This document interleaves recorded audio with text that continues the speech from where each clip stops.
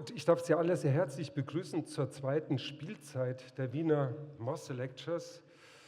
Im Frühjahr und Sommer 2026 wird sich die Vortragsreihe einem Thema widmen, dessen Relevanz den meisten unter uns leicht einleuchten dürfte. Wir müssen nur an den aktuellen Aufruhr an den Tankstellen denken, wo sich in barer Münze zeigt, wie die gedrosselte Verfügbarkeit von Rohstoffen zur Kriegsmaßnahme werden kann. Oder zurückdenken an die Corona-Jahre, in denen anfänglich die Verfügbarkeit und Verteilung von Impfstoffen umstritten war, zuletzt aber die Art und Weise, wie über die zu Schützenden rechtlich und politisch verfügt wurde. Zwischen lebensweltlicher Konkretion und konzeptioneller Abstraktion ist unser Thema sehr unterschiedlich skalierbar. Dass es auf recht unterschiedlichen Domänen eine zentrale Rolle spielt, lässt sich aber schon rein wortgeschichtlich zeigen und hierzu einfach 3 Hinweise von meiner Seite. Erstens bezeichnet das Wort Verfügung in frühneuzeitlichen Lexika das, Zitat, was verordnet oder angeordnet ist. Das, Zitat, Mandatum, Negotium, Präzeptum oder Dekretum. Über etwas zu verfügen ist also ein Problem der politischen Theorie. Genauer gesagt betrifft es die Theorie der Souveränität als Verfügungsgewalt.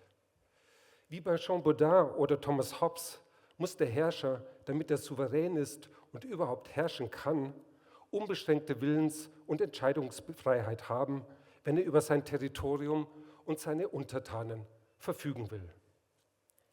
Liberale Denker wie John Locke werden dagegen von den unverbrüchlichen Rechten eines jeden Bürgers sprechen, vom Eigentum, vom Körper und der Freiheit, über die der Staat nicht einfach verfügen kann.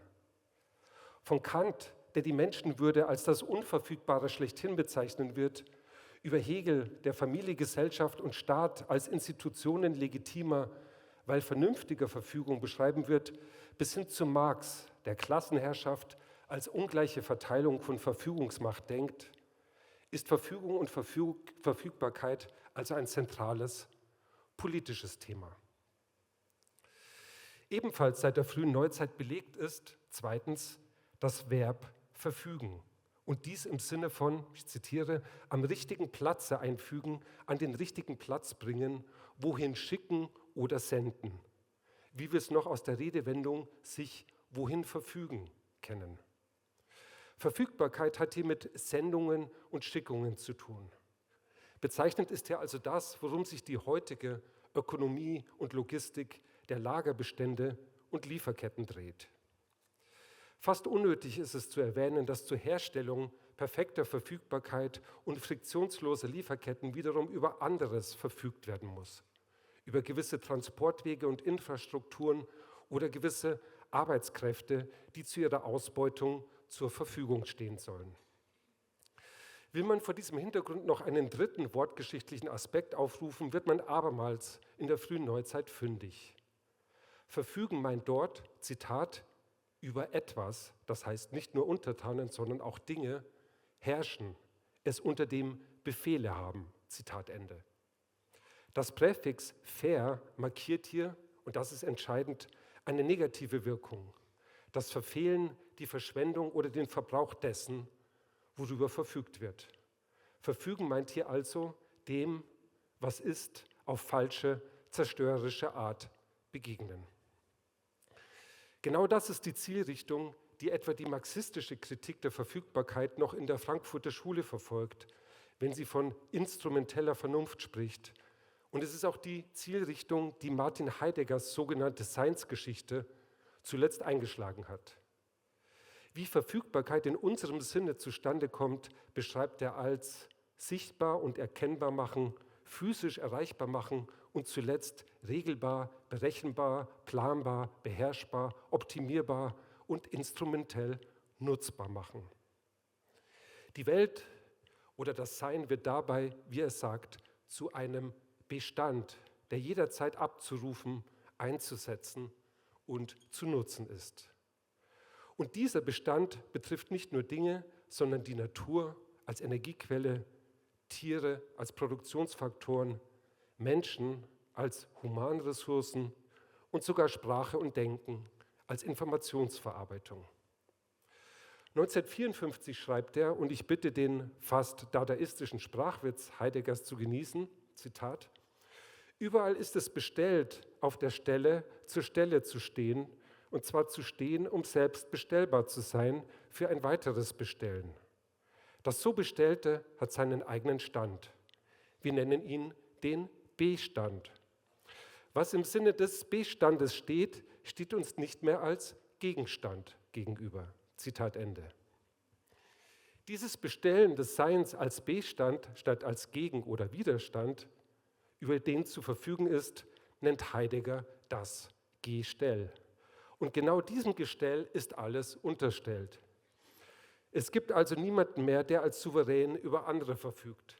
Alles ist dem Diktat, dem Sachzwang oder Gestell der Verfügbarkeit unterworfen. Vielleicht ist es gar nicht so schwer, vom Nachkriegsdenken Heideggers bis hin zu unserer Gegenwart einen Bogen zu schlagen. Die Ausweitung von Verfügbarkeit an Rohstoffen und Waren, an Orten, Informationen und Personen bezeichnet man weiterhin als entscheidenden Entwicklungsantrieb neuzeitlicher Industrienationen. Und die allgemeine Zugänglichkeit basaler Ressourcen, von der medizinischen Versorgung bis hin zur Bildung, von Post, Telefon und Elektrizität bis hin zum Internet, gilt bis heute als wesentlich für demokratische Teilhabe überhaupt. Doch hat dieses Regime der Verfügbarkeit seinen Preis. Denn bruchlose Lieferketten, zuverlässige Just-in-Time-Ökonomien und Serviceleistungen für alle Nischen des öffentlichen und privaten Lebens bedürfen weitestgehend disponibler, am besten Tag und Nacht bereitstehender Arbeitskräfte. Gig-Ökonomien wie die von Uber oder den mittlerweile zahllosen Lieferdiensten haben ihre Beschäftigten im selben Zuge zu Arbeitskraftunternehmern in Standby degradiert, wie sie die traditionellen Begrenzungen und Regelungen der Arbeitswelt insgesamt umwälzen.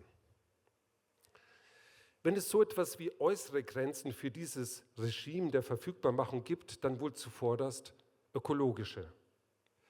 Dass die Natur mit ihren Ressourcen nicht einfach als Material beliebiger Verfügung dienen kann, war bereits zu Heideggers Zeiten ein Gemeinplatz. Dass aber ökologische und klimatische Systeme komplexen Dynamiken mit gewissen Kipppunkten unterliegen, markiert in geradezu globalen Maßstab die Grenze zwischen Verfügbarkeit und Unverfügbarkeit. Doch gibt es auch immanente Grenzen in der beschriebenen Ökonomie des Verfügbaren. Zum einen findet die schrankenlose Disposition über Arbeitskräfte irgendwann ihre Grenzen an deren Endlichkeit, ihrer Erschöpfung oder Erkrankung. Und zum anderen gehört es zur heutigen Ökonomie der Verfügbarkeit, auch die Bedürfnisse und Wünsche der Kunden zu erschließen und für die ökonomische Planung verfügbar zu machen. Oder genauer, es geht nicht nur darum, ihre Wünsche auszuloten, sondern darum, sie algorithmisch vorwegzunehmen. Doch ist es zuletzt vielleicht gerade das Nicht-Disponible, worauf das Wünschen und damit die Wertbildung in einer Welt der Verfügbarmachung zielt. Das System krankt zuletzt an einem inneren Widerspruch. Wortgeschichtlich ist es auffällig, dass der Begriff der Unverfügbarkeit erst in den 1930er Jahren gebräuchlich wird. Vielleicht markiert das Auftauchen des Wortes genau jenen Augenblick, da Industrialisierung, Rationalisierung und Verfügbarmachung nicht mehr bedingungslos als Fortschritt galten und jenen Moment, da das ständige Überschreiten bisheriger Grenzen des Verfügbaren zur Norm geworden war. Unverfügbarkeit ist nicht nur die Negation von Verfügbarkeit oder deren Mangel. Mit dem Begriff stellt sich vielmehr die fundamentale Frage, ob Selbstbestimmung und Freiheit neben der Souveränität des Verfügens nicht auch die Autonomie des Unverfügbarhaltens braucht. Unter genau diesen Vorzeichen hat man zuletzt immer radikalere Verhaltenslehren propagiert, die auf Selbstbescheidung, auf Entnetzung oder the joy of not responding setzen. Unverfügbarkeit scheint also das Reale oder das Ding, an dem sich Ethik, Recht und Politik künftig abzuarbeiten haben. Vor diesem Hintergrund sollen die Mosse Lectures dieses Sommers Auswege aus jenen Regimes und aus jenen Ontologien erkunden, in denen nur dem, was verfügbar ist, überhaupt sein Status zugesprochen wird. Es geht darum, auf unterschiedlichen Schauplätzen unterschiedliche Auf- und Verteilungen zwischen Verfügbaren und Unverfügbarem nachzuzeichnen. Heute Abend wird es darum gehen, inwiefern im Geschäft der Prostitution das eigentlich Unverfügbare phantasmatisch verfügbar und damit die Ökonomie des Disponiblen überschritten wird, nämlich das eigentlich unverfügbare Genießen der sich preisgebenden Person. Silvia Gelley wird unsere heutigen Gäste gleich vorstellen. Am 16. April werden Marina und Herfried Münkler über die mediale Verfügbarmachung des Politischen und über das sprechen, was sie Plattformdemokratie nennen. Unter den Vorzeichen von Aufmerksamkeitsökonomie, Microtargeting und Stimmungsanalyse stellt sich hier die Frage, inwiefern datenbasierte oder buchstäblich datengetriebene Politik überhaupt noch demokratisch oder auch nur politisch zu nennen wäre. Am 7. Mai sollte und wollte Hito Steyerl über das verfügbar oder gefügig machen von Kunst in autoritären Zeiten sprechen. Aus persönlichen oder vielmehr gesundheitlichen Gründen musste sie leider diesen Termin bereits jetzt absagen. Wir sind froh, dass wir an ihrer Stadt 2 Redner gewinnen konnten, die sich der Frage der Verfügbarkeit auf Ebene der Rohstoffe annähern, nämlich Benjamin Steininger und Alexander Klose. Ihr gemeinsamer Vortrag wird sich um eine epochemachende Ressource drehen, nämlich um das Öl, wie es vom Benzin bis zur Plastiktüte zum Schmierstoff der Moderne geworden ist. Was, so werden Sie fragen, bedeutet es für das moderne Regime der Verfügbarmachung, dass wir nun am Ende der Petromoderne stehen? Zuletzt, nämlich am 18. Juni, wird der Philosoph, Medientheoretiker und Schriftsteller Hannes Bayer über das Virtuelle von menschlich oder maschinell erzeugten Romanen sprechen. Die abschließende Frage dieser Vortragsreihe wird also lauten, tritt, wenn es um die Verfügung über virtuelle Welten geht, an die Stelle der künstlerischen nunmehr die künstliche Intelligenz? Zu guter Letzt noch ein paar technische Hinweise. Wie Sie wissen, finden Sie Filmaufnahmen aller bisherigen Mosse Lectures auf der Website der Mosse Foundation. Auch heute werden wir wieder Filmaufnahmen machen und auch heute haben Sie Gelegenheit, gegen Ihr Auftauchen auf den Aufnahmen noch Einspruch zu erheben. Bedanken möchte ich mich wie immer beim Volkstheater für seine Gastfreundschaft, bei der Stadt Wien für ihre finanzielle Unterstützung, bei der Mosse Foundation für ihre großzügige Förderung der Veranstaltung und zu guter Letzt natürlich bei unseren heutigen Gästen und bei Ihnen allen für Ihr Kommen. Vielen Dank und viel Spaß heute Abend.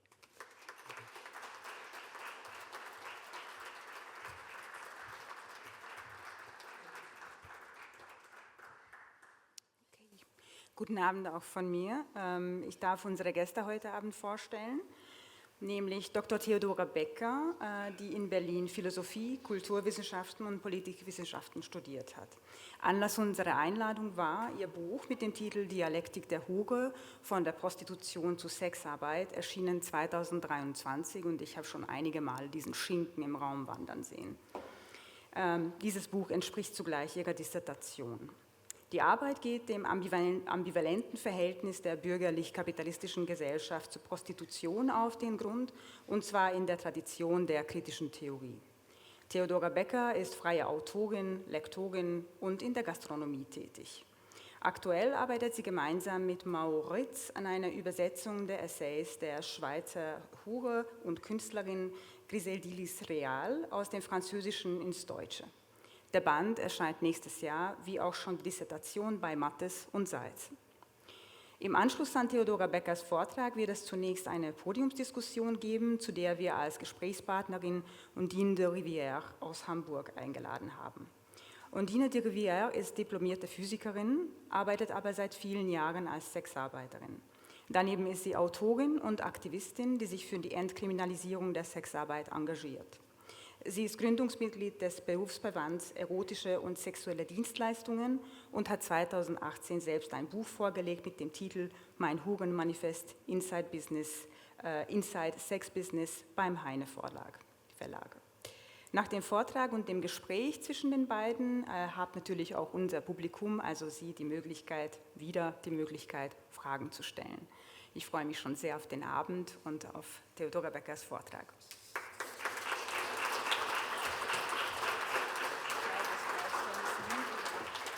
Ja, wahrscheinlich.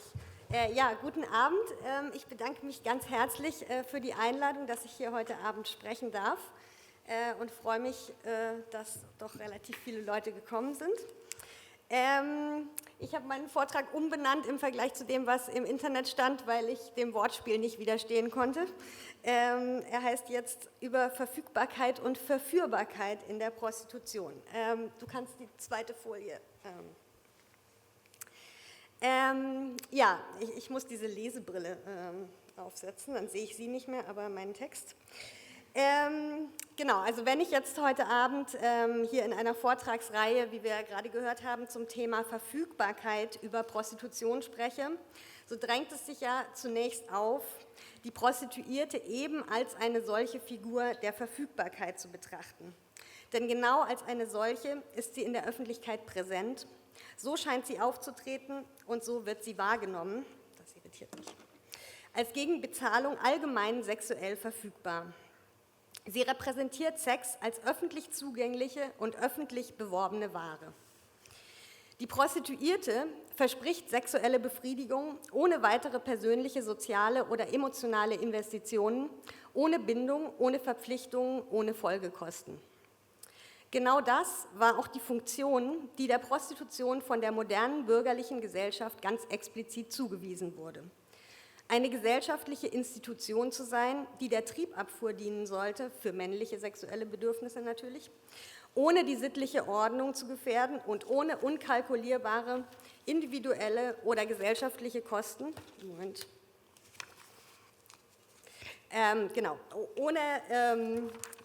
Ohne weitere unkalkulierbare individuelle oder gesellschaftliche Kosten und Risiken, sei es gesundheitlicher, emotionaler oder finanzieller Art. Damit sollte sie der Aufrechterhaltung der bürgerlichen Ehe- und Gesellschaftsordnung dienen, indem sie potenziell komplizierte außereheliche Affären und damit einhergehende uneheliche Kinder verhindern und die Unberührtheit sogenannter anständiger Frauen schützen sollte. Außerdem sollte sie perverse Neigungen und die unzivilisierbaren, ungebändigten und potenziell Unordnung stiftenden Seiten des Sexualtriebs auffangen. Die Prostitution galt zwar als Übel, aber als ein notwendiges. Und wenn es gelingen würde, ihre schädlichen Begleiterscheinungen einzudämmen, so könnte sie eine insgesamt nützliche und bequeme Einrichtung sein, die in der Lage wäre, einen Teil des gesellschaftlich virulenten Problems Sexualität zu lösen. Soweit die bürgerliche Vorstellung. Es ist ja nun, wie wir auch gehört haben, das Anliegen dieser Vortragsreihe, eine Kritik der modernen kapitalistischen Idee der Verfügbarkeit zu formulieren. Eine Kritik also eigentlich der Warenform und der, wie es im Ankündigungstext heißt, Verfügbarmachung von allem und jedem, der Disposition über Personen, über ihre Arbeitskraft ebenso wie ihre Wünsche im Dienste der Mehrwertproduktion, das ist eine Hinzufügung von mir, und die nun sogar Intimität, Leidenschaft und Liebeswahl zu einer Frage geschäftlicher Verfügbarkeit gemacht habe.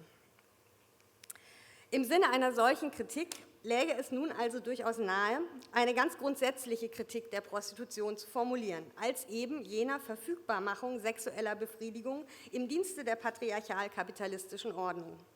Als einer bürgerlichen Institution, die Frauen aufteilt in Anständige und in sittlich Gefallene, in Mütter und Huren, die Sexualität als Ware zurichtet und als konsumierbares Gut verfügbar macht, die also die umfassende Kommodifizierung des Intimen vorbereitet und wie keine andere Institution öffentlich repräsentiert. Man könnte also die Position vertreten, das Sexuelle als eine intime zwischenmenschliche Kommunikationsform sollte grundsätzlich nicht zur Ware werden, nicht als Ware verfügbar sein. Ist sie es doch, stellt das eine Form der Entfremdung und Ausbeutung dar, und zwar eine besonders drastische, weil besonders tief ins Individuum und seine Leiblichkeit und Intimität eingreifende. Das ist aber nicht das, was ich heute Abend tun werde, jedenfalls nicht in dieser Form. Stattdessen werde ich versuchen darzulegen, dass ein entscheidender Aspekt an der Prostitution gerade ein Moment der Unverfügbarkeit ist. Und dieses Moment werde ich gegen das erwähnte Ideal der bürgerlichen Gesellschaft von einer gesellschaftlichen Funktion der Prostitution in Stellung bringen. Ein Ideal, das übrigens praktischen politischen Ausdruck fand in den mannigfachen Versuchen des bürgerlichen Staates, die Prostitution und vor allem die Prostituierten zu disziplinieren und in die kapitalistische Ökonomie einzugliedern. Versuche, die schließlich auch gewisse Erfolge zeitigten, aber dazu komme ich gleich. Ich werde dieses Moment der Unverfügbarkeit aber nicht nur gegen dieses Ideal in Stellung bringen, sondern gleichfalls gegen eine radikale Kritik der Prostitution als der bloßen Verfügbarmachung von Frauen, die in der Prostitution also nichts anderes zu sehen vermag als dies.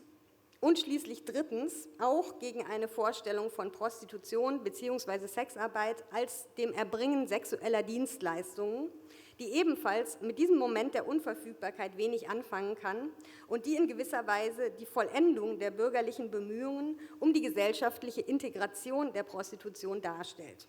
Soweit also der anvisierte polemische Rundumschlag.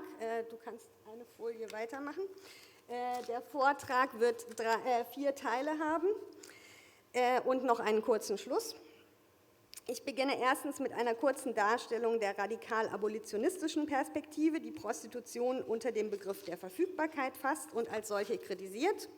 Ich werde dann zweitens historisch ein Stück zurückgehen zur bürgerlichen Debatte um die Prostitution im späten 19. und frühen 20. Jahrhundert, um zu zeigen, dass hier ein ganz anderes Bild der Prostituierten gezeichnet wird, das mit Verfügbarkeit nur wenig zu tun hat. Drittens werde ich davon ausgehend das von mir gemeinte Moment der Unverfügbarkeit unter Verwendung des Begriffs der Verführung skizzieren und schließlich viertens noch einige kritische Anmerkungen zum Begriff der sexuellen Dienstleistung machen, der ebenfalls Probleme hat, dieses Moment der Unverfügbarkeit zu fassen. Und dann gibt es noch ein paar Schlussbemerkungen. Also ich beginne mit dem ersten Kapitel oder ersten Abschnitt. Die von mir bereits kurz skizzierte Form der Kritik an der Prostitution als einer Institution der Verfügbarkeit wird heute ja vor allem von der sogenannten neo-abolitionistischen Bewegung sehr prominent und medial sichtbar und teils politisch erfolgreich vertreten. Diese Bewegung hat historische Vorläufer. Sie bezieht sich explizit auf die Internationale Abolitionistische Föderation oder wie sie eigentlich ursprünglich hieß, International Abolitionist Federation, weil sie wurde nämlich in England gegründet, 1875 und sollte der sogenannten White Slavery in der Prostitution den Kampf ansagen. Da habe ich auch noch ein kleines Bild, genau. Diese Position wurde dann in Deutschland nach der Jahrhundertwende zum 20. Jahrhundert in der bürgerlichen Frauenbewegung dominant. Der heutige Neoabolitionismus bezieht sich darauf, er entstand aber direkt aus den Auseinandersetzungen in der zweiten Frauenbewegung der 1970er und 80er Jahre um Sexualität, Pornografie und eben Prostitution, was aus den USA als Sex Wars bekannt ist. Neoabolitionistische Positionen werden heute in Deutschland vor allem von Gleichheitsfeministinnen, die berühmteste ist wahrscheinlich immer noch Alice Schwarzer, von sich Radikalfeministinnen nennenden Gruppen, aber auch von politisch konservativen Initiativen vertreten. Diese Bewegung formuliert eine sehr zugespitzte Kritik der Prostitution, verstanden als der totalen Verfügbarkeit von Frauen für männliche sexuelle Wünsche und Begierden. Die Prostituierte ist aus dieser Sicht Opfer eines Systems, das sie dazu zwingt, verfügbar zu sein. Es greift auf sie als Ressource zurück, macht sie zur käuflichen Ware, zur wahre Frau, die für den sexuellen Konsum bereitsteht. Der Vorwurf richtet sich an Anbieter und Käufer gleichermaßen. Allerdings ist in dieser Sicht die Anbieterin eben nicht die Prostituierte selbst, sondern diese ist nur die Ware, deren Verfügbarkeit, wenn sie nicht direkt gewaltsam erzwungen wird, durch eine gesellschaftliche Struktur sichergestellt wird, die zumeist als patriarchalisch apostrophiert wird, bisweilen aber auch näher in ihrer neoliberal-kapitalistischen, imperialistischen und neokolonialen Ausbeutungsstruktur charakterisiert wird. Dieser Diskurs denunziert also die Objektifizierung, das zur Ware werden der Frau in der Prostitution, während er zugleich strukturell selbst zu einer Reproduktion dieser Objektifizierung der Prostituierten neigt, indem er ihre Ohnmacht, ihre Unschuld, ihre Sprachlosigkeit, ihre Reduktion auf Käuflichkeit und Verfügbarkeit betont und teils verabsolutiert, was sich gut an der in den entsprechenden Kampagnen verwendeten Bildsprache ablesen lässt, die sehr häufig genau die denunzierte Objektifizierung der Prostituierten nicht nur reproduziert, sondern drastisch überzeichnet. Ich habe, weil ich ja jetzt hier schon diese Präsentation habe, ein paar Bilder mitgebracht, auf denen man das gut sehen kann. Wenn du einmal, genau, also das sind 2 Bücher mit dem Titel Wahre Frau. Man sieht hier also schön grafisch dargestellt, wie das Verlage so machen. Ein Preisetikett, hier ein verschnürtes Paket. Das war eine Aktion vor dem Brandenburger Tor, also das ist auch schon über 10 Jahre her, hier Frauen in Frischhaltefolie. Das ist eines meiner eine meiner Lieblingskampagnen. Ich konnte nicht widerstehen, es ist ein bisschen denunziatorisch, dass ich dieses Bild hier eingefügt habe mit den Damen von der Frauenunion Bayern, die stolz diese Flyer, also ich meine, da muss man erstmal drauf kommen, Frauen als Fleisch, und ich glaube, eins gibt es noch. Das war eine Plakataktion der Stadt Stuttgart. Kondome benutzt man, Frauen nicht. Genau, und also worauf ich damit, also es ist ein bisschen, das ist jetzt so ein billiger Lacher, weil ich glaube, Sie das alles teilen, dass die Kritik daran, aber also interessant ist sozusagen diese extreme Sprache, also darauf will ich eigentlich nur hinweisen, diese extreme Sprache der Verfügbarkeit, also die Benutzung, Verkauf von Frauen, Frauen als Fleisch. Das war die kleine Einlage.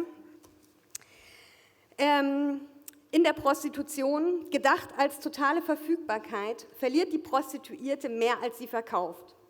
Ihre Freiheit, ihre Würde, ihre subjektive Integrität. In dieser Darstellung liegt wohlgemerkt immer auch ein Grundton moralischen Vorwurfs, auch wenn diese Position in ihren expliziten Äußerungen meist jede moralische Verurteilung der Prostituierten zurückweist. Also weil jemand, der seine Würde verliert, ja irgendwie auch unwürdig ist. Also sozusagen, ich glaube, man kann das nicht so ganz davon trennen. Nach dieser Vorstellung jedenfalls verliert die Prostituierte selbst Verfügung über sich, indem sie für den Kunden verfügbar wird. Unverfügbar und unkalkulierbar sind demnach die Folgen der Prostitution für die Frau. Ich komme zum zweiten Kapitelabschnitt.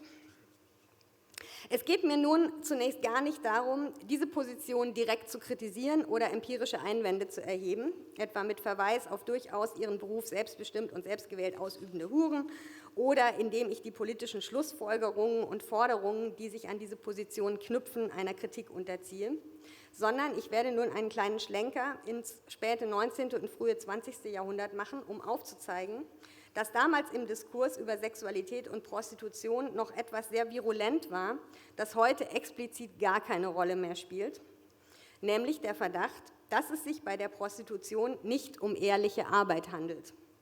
Und ich glaube, dass das heute keine Rolle mehr spielt, liegt nicht daran, dass das keiner mehr denkt, sondern eher daran, dass sich das jedenfalls außerhalb einschlägiger Internetforen keiner mehr zu sagen trauen würde, was man schon sagen kann, wahrscheinlich ein Erfolg der Hurenbewegung ist, der aber, wie ich versuche zu zeigen im Folgenden, durchaus seinen Preis hat. Zum anderen glaube ich aber auch, dass sich an der gesellschaftlichen Realität der Prostitution bzw. Sexarbeit auch einiges geändert habe.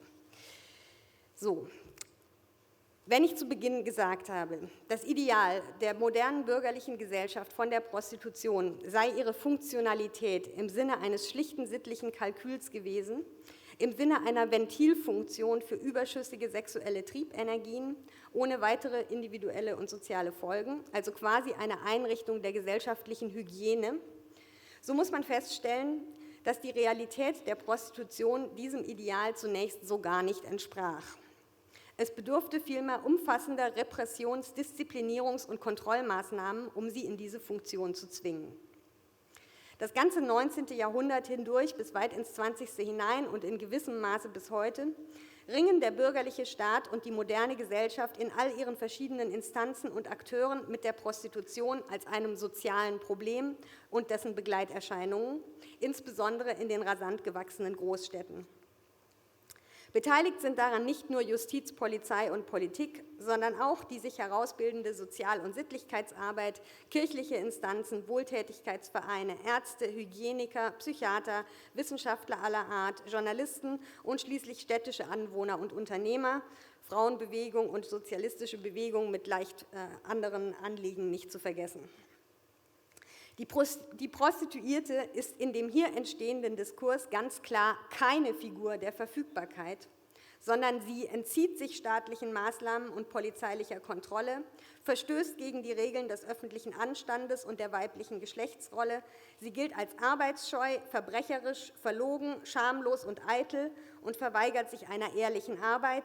Sie gilt als öffentliche Verführerin und skrupellose Verbreiterin von Geschlechtskrankheiten, als undiszipliniert und undisziplinierbar, als amoralisch und sittlich verkommen, als raffiniert und skrupellos, als geisteskrank und pervers.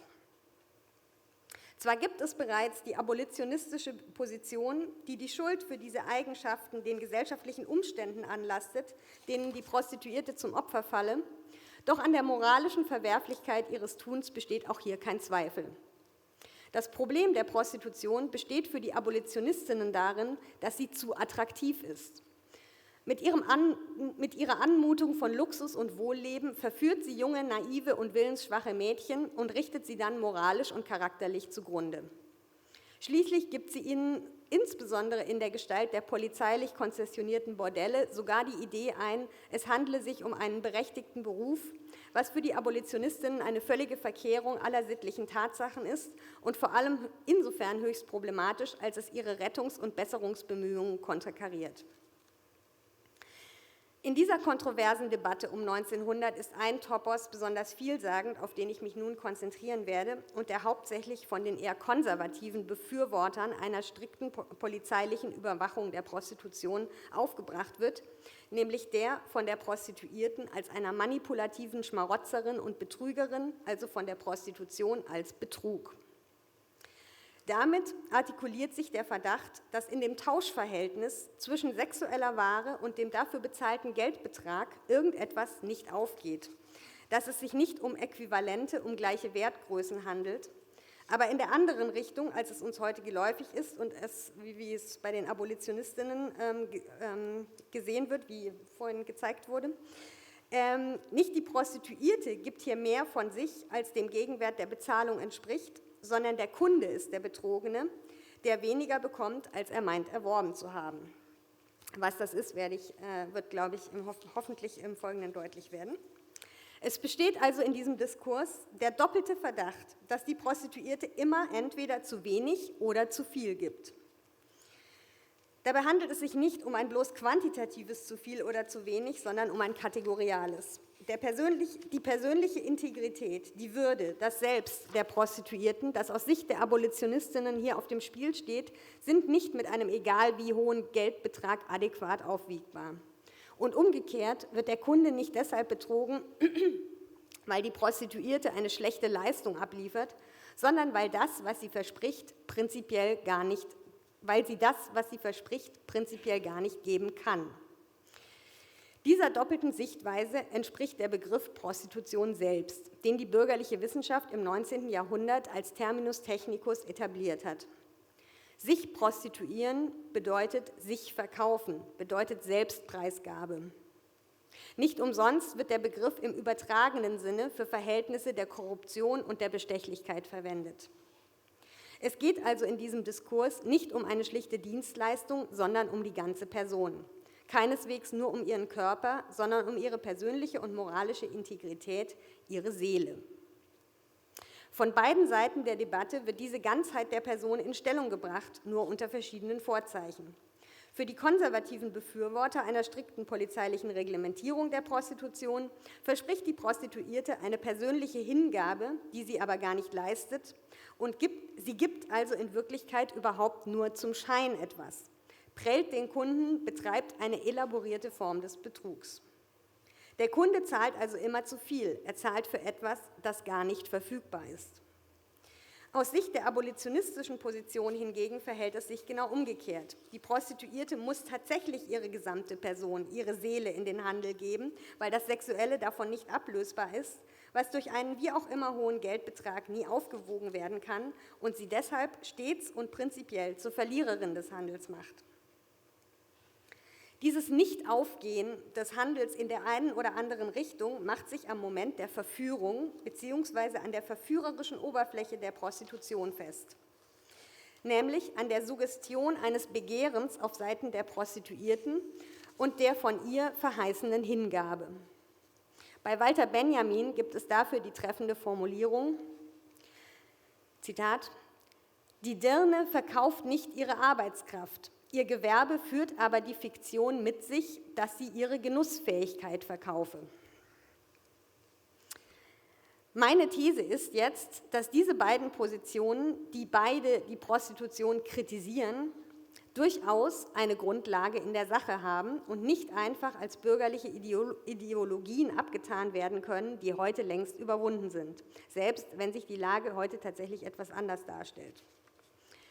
Also was ist das an der Prostitution, dass sie dem Verdacht aussetzt, ihr Tauschhandel gehe nicht auf oder immer sei einer der beiden Beteiligten oder am Ende sogar beide irgendwie betrogen? Ich komme zum dritten Abschnitt. Wenig überraschend hat das Ganze etwas mit Sex zu tun.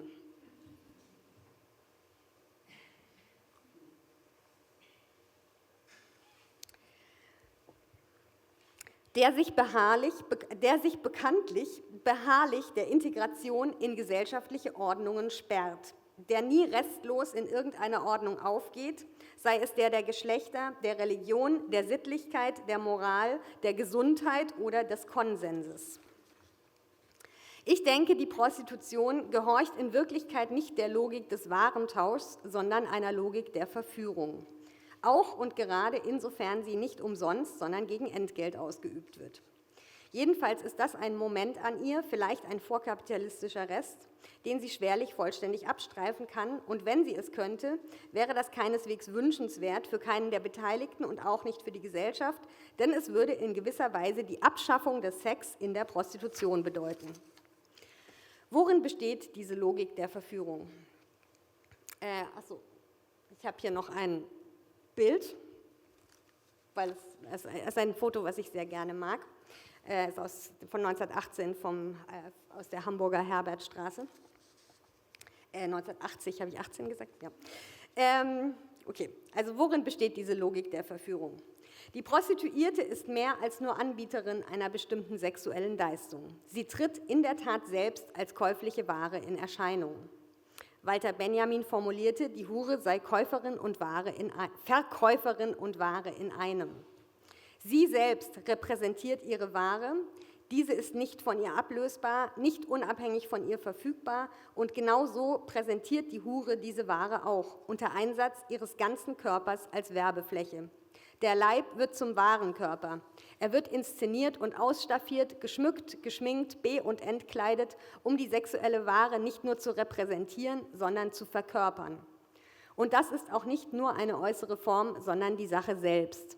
Es geht nicht nur darum, dass die Hure bestimmte professionelle und kunstfertige Handgriffe beherrscht, wie etwa eine Masseurin oder ein Friseur, sondern es handelt sich in der Tat darum, dass die Hure sich selbst als begehrenswertes Objekt inszeniert, wozu allerdings eine Menge Kunstgriffe benötigt werden. Die Hure bietet sich als Projektionsfläche für die sexuellen Wünsche und Fantasien ihrer Kunden an. Und in gewisser Weise begehrt der Kunde sie und nicht einfach nur eine sexuelle Handlung. Sexuelles Begehren richtet sich stets auf ein Objekt. Er muss die Hure begehren, damit das Geschäft für sie lukrativ ist. Dieses Begehren versucht sie hervorzurufen. Es handelt sich natürlich nur um eine Maske, aber der Kunde muss immer ein bisschen der Illusion erliegen, er könne hinter die Maske sehen. Er kann und darf die begehrte Person aber freilich nicht bekommen.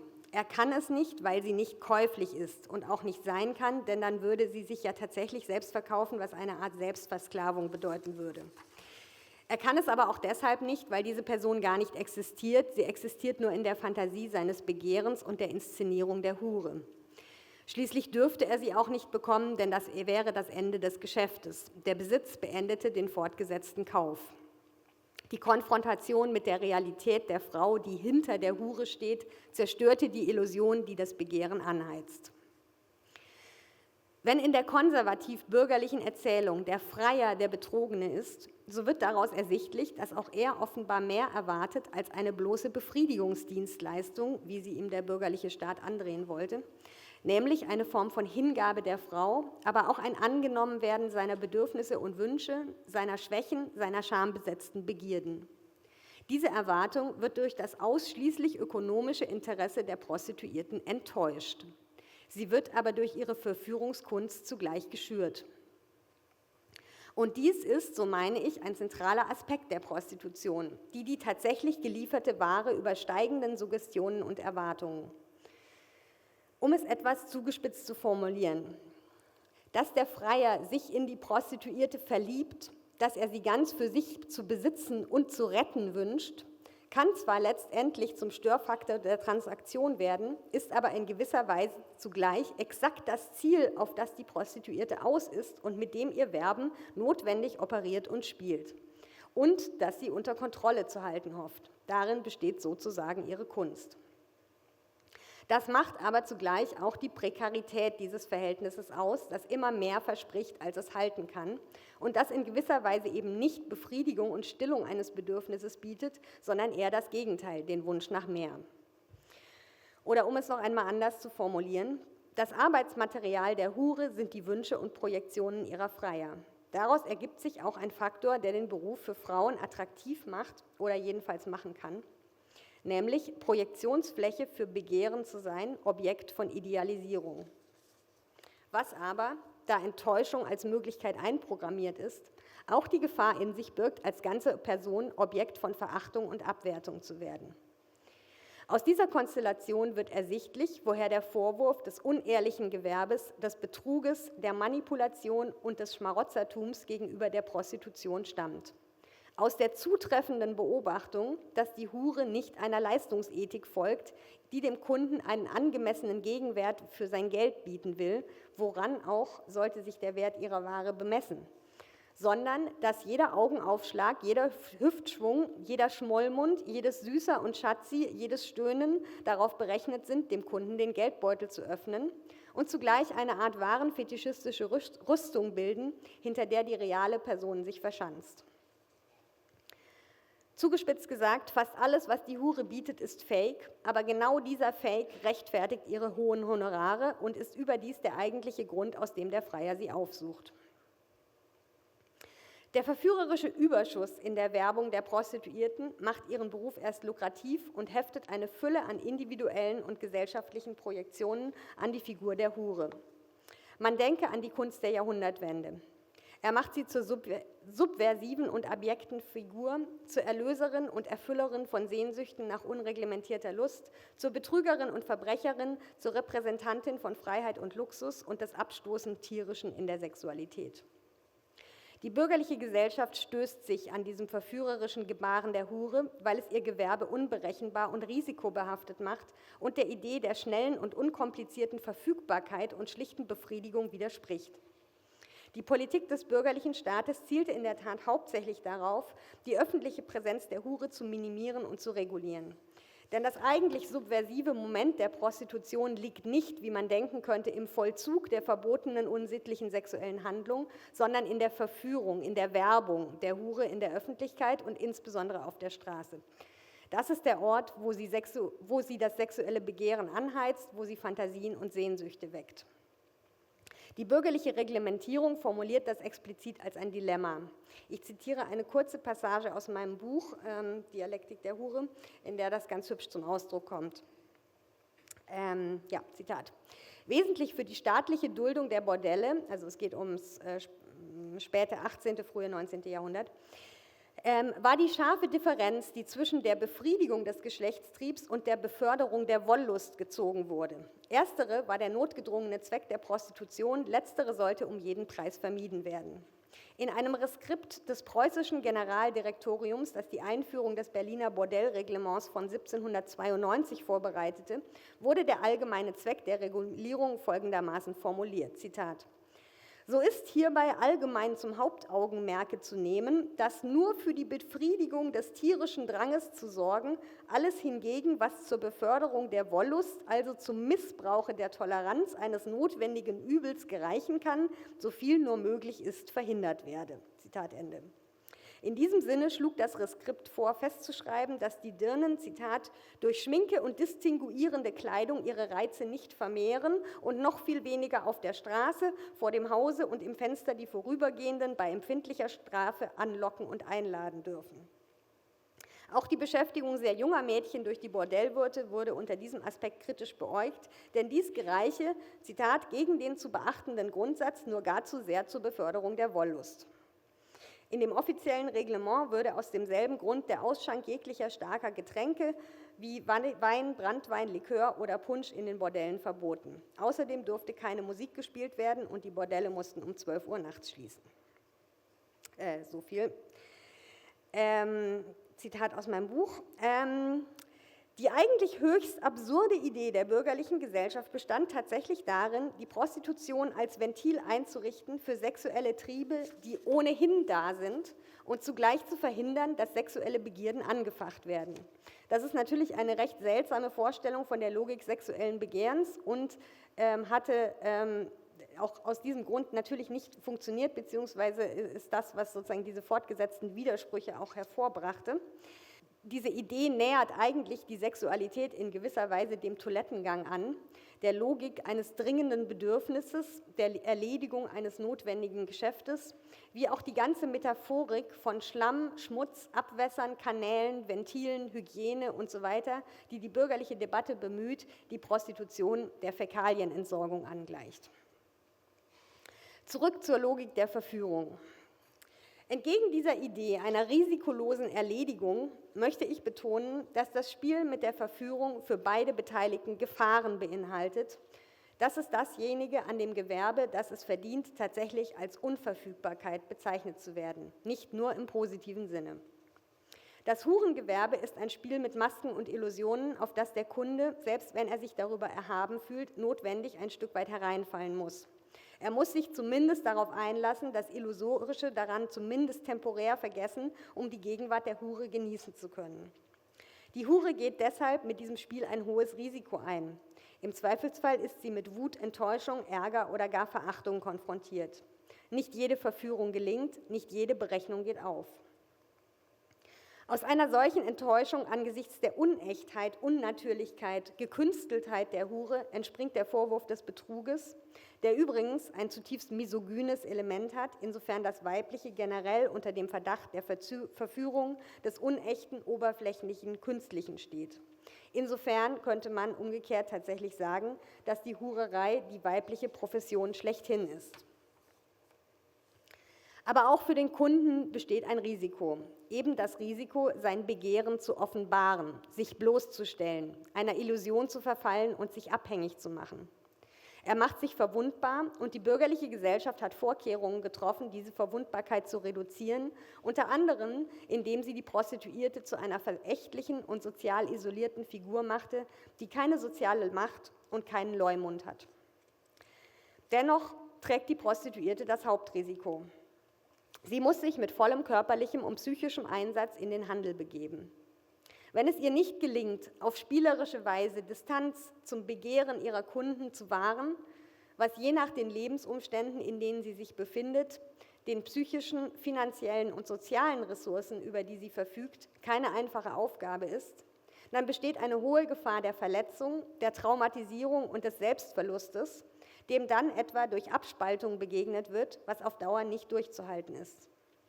Und dass die Lebensumstände oft prekär waren und sind, dazu hat die moderne Gesellschaft vielfache Beiträge geleistet.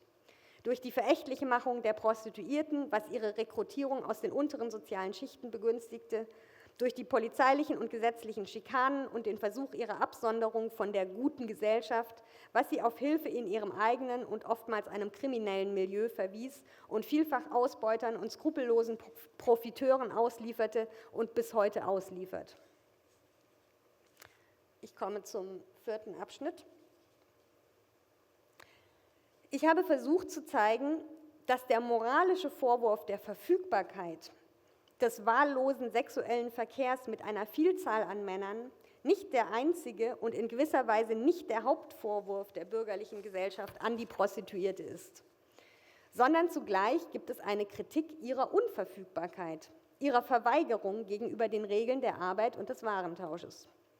Die moderne Gesellschaft hätte die Prostituierte gerne verfügbar, verfügbar fürs Kapital, verfügbar als Ware, verfügbar als Befriedigungsdienstleisterin.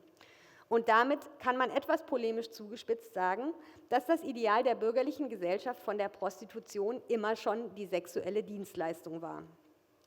Die bürgerliche Sexualmoral stand dem zwar in gewisser Weise im Wege, weil eine volle gesellschaftliche und staatliche Akzeptanz nicht denkbar war und also keine wirklich pragmatische Reglementierung im Sinne dieses Ideals, frei von sittlichen Rücksichten. Andererseits aber ermöglichte die moralische Verächtlichkeit der Prostituierten auch deren hemmungslosere Kriminalisierung, Ausbeutung und Disziplinierung. Die Transformation der Prostitution in eine sexuelle Dienstleistung, also die zunehmende Akzeptanz der Sexarbeit als normale Arbeit, als normale Dienstleistung, ist folglich keineswegs nur eine antibürgerliche, progressive Entwicklung, die von der Hurenbewegung subversiv erkämpft wurde, was allerdings nicht die Kämpfe der Hurenbewegung diffamieren soll oder schmälern soll, sondern in gewissem Sinne gerade eine konsequente Fluchtlinie der bürgerlichen Sichtweise auf die Prostitution. Die strafrechtliche und polizeiliche Regulierung der Prostitution hat im Laufe der Zeit viel dazu beigetragen, sie auf ein relativ armseliges, der Tendenz nach lohnarbeitsförmiges Gewerbe zu reduzieren, dessen werbender Überschuss als Gefahr für die öffentliche Ordnung hinter Bordelltüren verbannt wurde und das mit Hilfe der Strafandrohung der Kuppelei bzw. später Förderung der Prostitution gegen Bordellbetreiber in eine enge zeitliche und ökonomische Taktung gezwängt wurde. Diese Entwicklung hin zu einer Akzeptanz von Sexualität als Ware hatte aber neben der genannten Regulierung seit dem 19. Jahrhundert auch allgemeinere gesellschaftliche und ökonomische Voraussetzungen. So insbesondere die seit den 1960er Jahren fortschreitende Liberalisierung der Sexualität, die diese aus moralischen, sozialen, sinnhaften und auch emotionalen Bindungen löste und somit als isolierte Ware erst wirklich verfügbar machte. Auch die Hurenbewegung hatte mit ihren berechtigten Anliegen und Kämpfen einen Anteil an dieser Entwicklung, indem die zunehmende rechtliche Gleichstellung der Sexarbeit und die teilweise erreichte Entstigmatisierung zu einer Angleichung an andere Dienstleistungstätigkeiten geführt hat, nicht zuletzt was den Preis angeht. Eine weitere in diesem Kontext wichtige Entwicklung lässt sich in Bezug auf den Begriff und die Realität von Arbeit beobachten, die im sogenannten Neoliberalismus eine Entgrenzung erfahren hat. Stichwort unternehmerisches Selbst, was die Prostitution in Bezug auf die Frage des Selbstverkaufs immer weniger unter anderen Tätigkeiten hervorhebt. Dazu nochmal eine sehr pointierte Formulierung aus dem Passagenwerk von Walter Benjamin. Zitat, also ich habe irgendwie diese 3 Benjamin-Zitate, weil sie wirklich sehr auf den Punkt sind und ich gerade bei diesem Zitat irgendwie das Gefühl habe, er kann in die Zukunft gucken. Zitat, die Prostitution kann in dem Augenblick den Anspruch erheben, als Arbeit zu gelten, in dem die Arbeit Prostitution wird. Allerdings setzt die Prostitution, wie auch andere körpernahe Dienstleistungen, der kapitalistischen Subsumption gewisse Grenzen. Da der Gebrauchswert in direkter leiblich-sinnlicher Berührung von einer Person an einer anderen verwirklicht wird, gibt es wenig Raum für Rationalisierung. Die Ware ist nicht kapitalistisch reproduzierbar, sie bleibt an die einzelne Prostituierte gebunden. Das hat vor allem 2 Konsequenzen, sofern die Prostitution nicht auf rein selbstständiger Basis ausgeübt wird, sondern andere mit ihr Profit machen wollen. Erstens bleibt dann, um den Profit zu erhöhen, tatsächlich nur die Möglichkeit einer Verdichtung der Arbeit und der verstärkten Ausbeutung oder sogar Entrechtung, etwas, was sich natürlich auch in anderen Branchen beobachten lässt. Zum Zweiten lässt sich im Zuge der Digitalisierung beobachten, dass Prostitution und Pornografie sich aneinander annähern und neue Formen entstehen, die reproduzierbar sind. So machen manche Sexarbeiterinnen inzwischen mehr Geld mit pornografischem Content auf Plattformen wie OnlyFans. Webcam-Sex und Webchats bilden ebenso eine Zwischenform zur Pornografie, wie von der anderen Seite her die Pornografie sich mittels 3D-Technik dem Live-Erlebnis der sexuellen Dienstleistung annähert. Ob käuflicher Sex mit Sexpuppen oder womöglich bald KI-gesteuerten Sexrobotern eigentlich als Pornografie oder als Prostitution zu klassifizieren werden, ist gar nicht mehr klar zu sagen. Ich komme zum Schluss.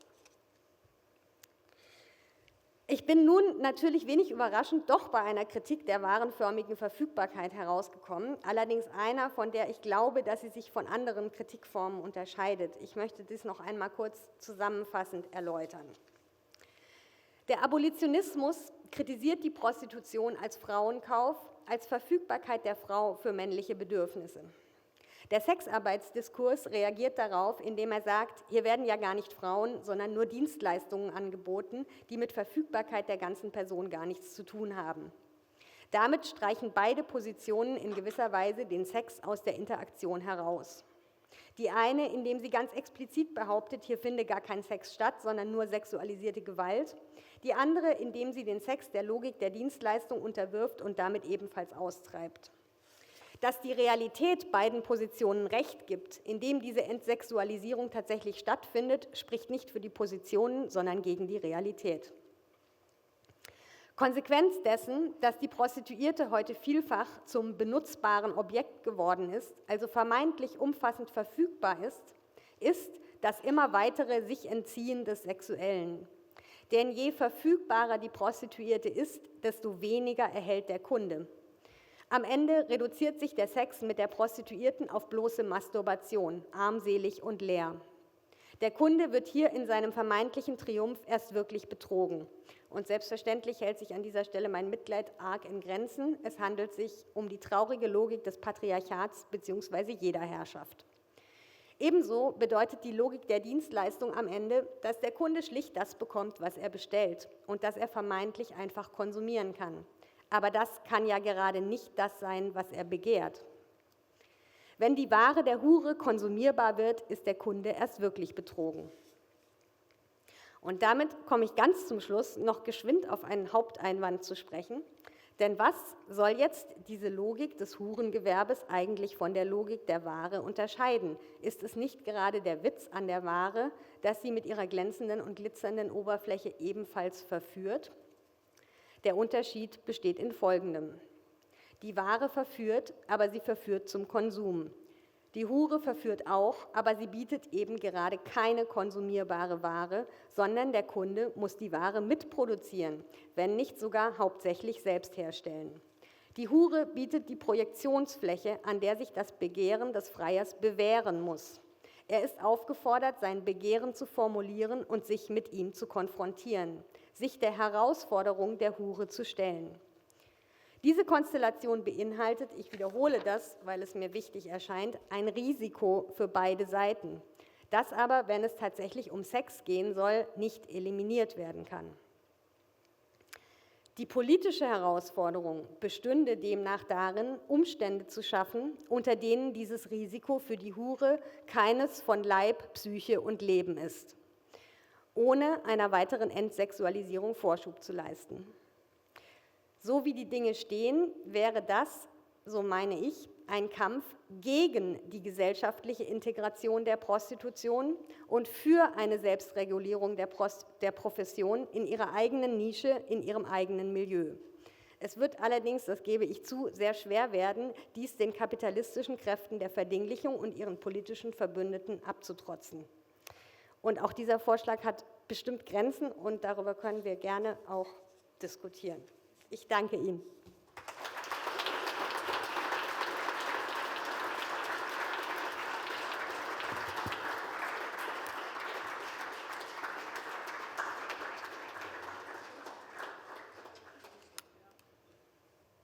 Ja, werde ich gehört, halbwegs.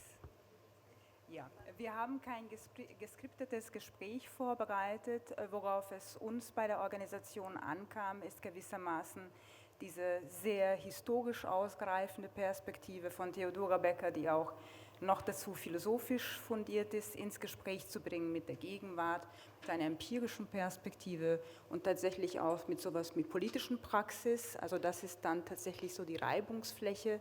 Und ich habe aus dem Augenwinkeln gesehen, und Dine, du hast an mehreren Stellen beherzt, fast aufgelacht, aber zumindest geschmunzelt. Wäre das vielleicht ein Einstiegspunkt in die Diskussion? Ja, vielen Dank. Noch was einschalten? Oder?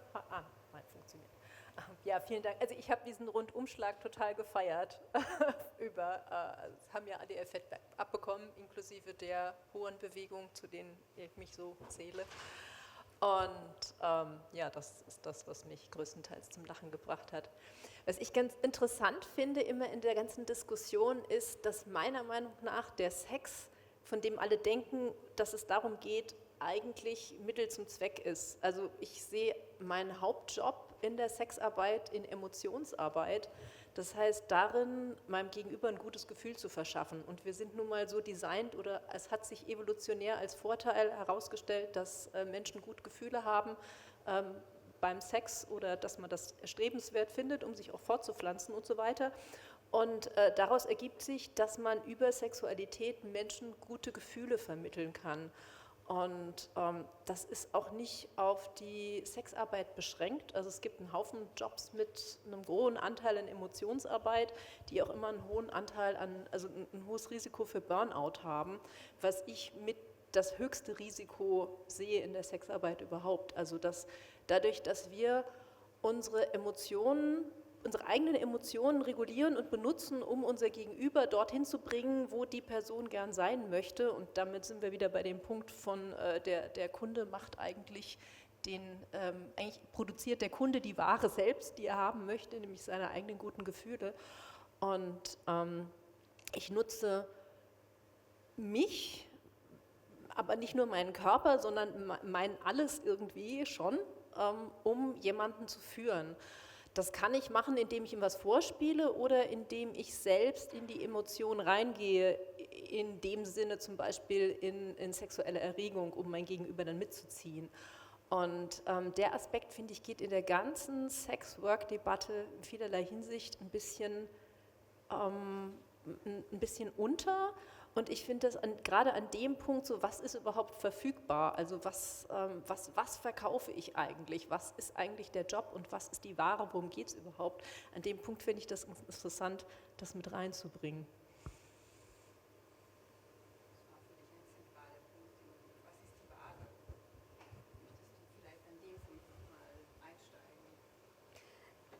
Ja, also ich weiß nicht genau, ob ich jetzt ob ich sozusagen nochmal sagen soll, was ich gerade gesagt habe, oder ob wir das auch bald also ich glaube, ich würde schon stärker als du da nochmal einen Unterschied machen, sozusagen bei Emotionsarbeit und sozusagen, wenn Sexualität dazu kommt, weil das, wie ich glaube ich versucht habe zu zeigen, sozusagen nochmal einen Überschuss sozusagen drin hat, der jetzt bei anderen Care-Tätigkeiten so nicht drin ist. Und ich glaube, dieses Burnout-Potenzial eben stark auch mit diesem eben also sozusagen Verfügbarkeit, vermeintliche Verfügbarkeit, Verfügbarscheinen mit diesem und dann gleichzeitig aber trotzdem tatsächlich mit dem ganzen Körper dafür auch einstehen,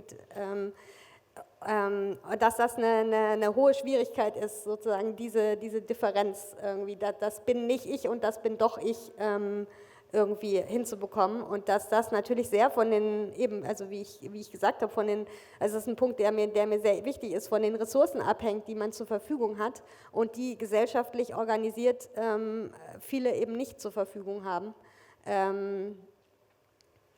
Und sozusagen an diesem Punkt kann man dann sozusagen dem Abolitionismus auch wenn ich wirklich sehr, sehr allergisch bin gegen die Art, wie sie das immer darstellen, aber sozusagen den Punkt geben, dass diese Tätigkeit eine hohe Gefahr der Traumatisierung beinhaltet, wenn sie unter Umständen ausgeübt wird, die ja sehr, sehr von Zwang oder also sozusagen von Zwangslagen bedingt ist. Ja, weiß ich nicht. Ja, also es ist intim natürlich, also das ist ganz klar. Also Sex ist intim, wobei wir, ja, also ich finde nicht mal, dass es das Intimste ist, was wir kommerzialisieren. Also wenn ich mir überlege, dass Kinder zu erziehen, also so die intimste und innigste Bindung, die wir kennen, nämlich die von Eltern ihren Kindern gegenüber, selbst das outsourcen wir. Wir bezahlen Kindermädchen, wir bezahlen ErzieherInnen, wir bezahlen LehrerInnen dafür, dass sie unsere Kinder großziehen und ihnen Dinge beibringen. Und natürlich ist das auch wieder nicht eine andere Art von Intimität als Sexualität, aber ich würde nicht mal sagen, dass Sex das Intimste ist, was wir haben und was wir verkaufen in dem Sinne. Und ich würde tatsächlich Sexwork definitiv als einen Teil von Care-Arbeit reinbringen, was aber vielleicht, also ein Teil von, also unter Care-Arbeit hinzuziehen. Aber natürlich macht es auch schon Sinn, auch in meinem Erleben natürlich, dass sexuelle Selbstbestimmung ein sehr hohes Rechtsgut ist und dass das natürlich auch für alle Menschen, für inklusive Sexarbeitende gelten muss und auch für eine Menge an Besonderheiten auch in der rechtlichen Regulierung schon wichtig ist in dem Punkt. Also zum Beispiel, dass wir in der Sexarbeit bei angestellten Sexarbeitenden ein eingeschränktes Weisungsrecht haben. Also selbst wenn wir versicherungspflichtig angestellt sind und nicht selbstständig tätig, da darf ein Arbeitgeber nur vorgeben, wo eine sexarbeitende Person sich zur Prostitution bereit zu halten hat. So. Aber es kann niemand vorschreiben, mit einer bestimmten Person einen bestimmten sexuellen Akt zu haben, was mit einer der Gründe ist, warum es in der Sexarbeit so wenig Angestelltenverhältnisse gibt, weil das eben schwer abzubilden ist. Und das halte ich durchaus auch für wichtig. Und natürlich ist es, das ist ganz klar, dass in dem Moment, in dem ich über meine Grenzen gehe, auch im Sexuellen, aus welchen Gründen auch immer, also sei das, dass ich Druck von außen habe oder dass ich selbst das Geld irgendwie mitnehmen möchte oder dass ich mich aus irgendwelchen anderen Gründen von jemandem zu irgendwas drängen lasse, das ist super, super schwierig. Und diese Grenzziehung, also zu finden, wie weit möchte ich gehen und wie weit kann ich gehen, wie weit sollte ich gehen in so einer Begegnung, das ist was Sexworker unbedingt lernen müssen. Oder sie machen das nicht lange. Also in dem Moment, in dem ich ständig über meine Grenzen latsche, ist das einfach, das macht krank, das ist ganz klar.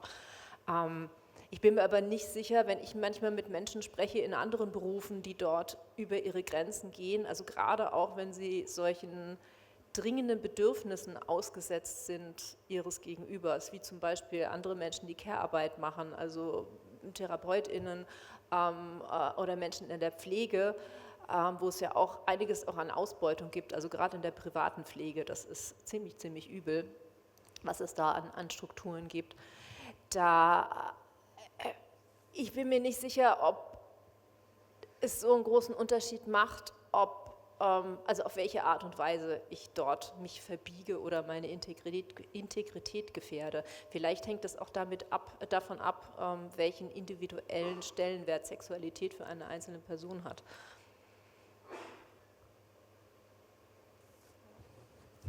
Mein Eindruck war an vielen Stellen, und ich habe natürlich Theodoras Buch so schon in Tiefe im Hinterkopf, dass es aus einem sehr starken Impuls heraus, sich dagegen zu verwehren, das einzugliedern quasi in diese neoliberale Logik von Dienstleistungen und einfach diese Unterschiede einzuebnen, dass es ein Job wie jeder andere auch ist oder eine Arbeit wie jeder andere auch ist.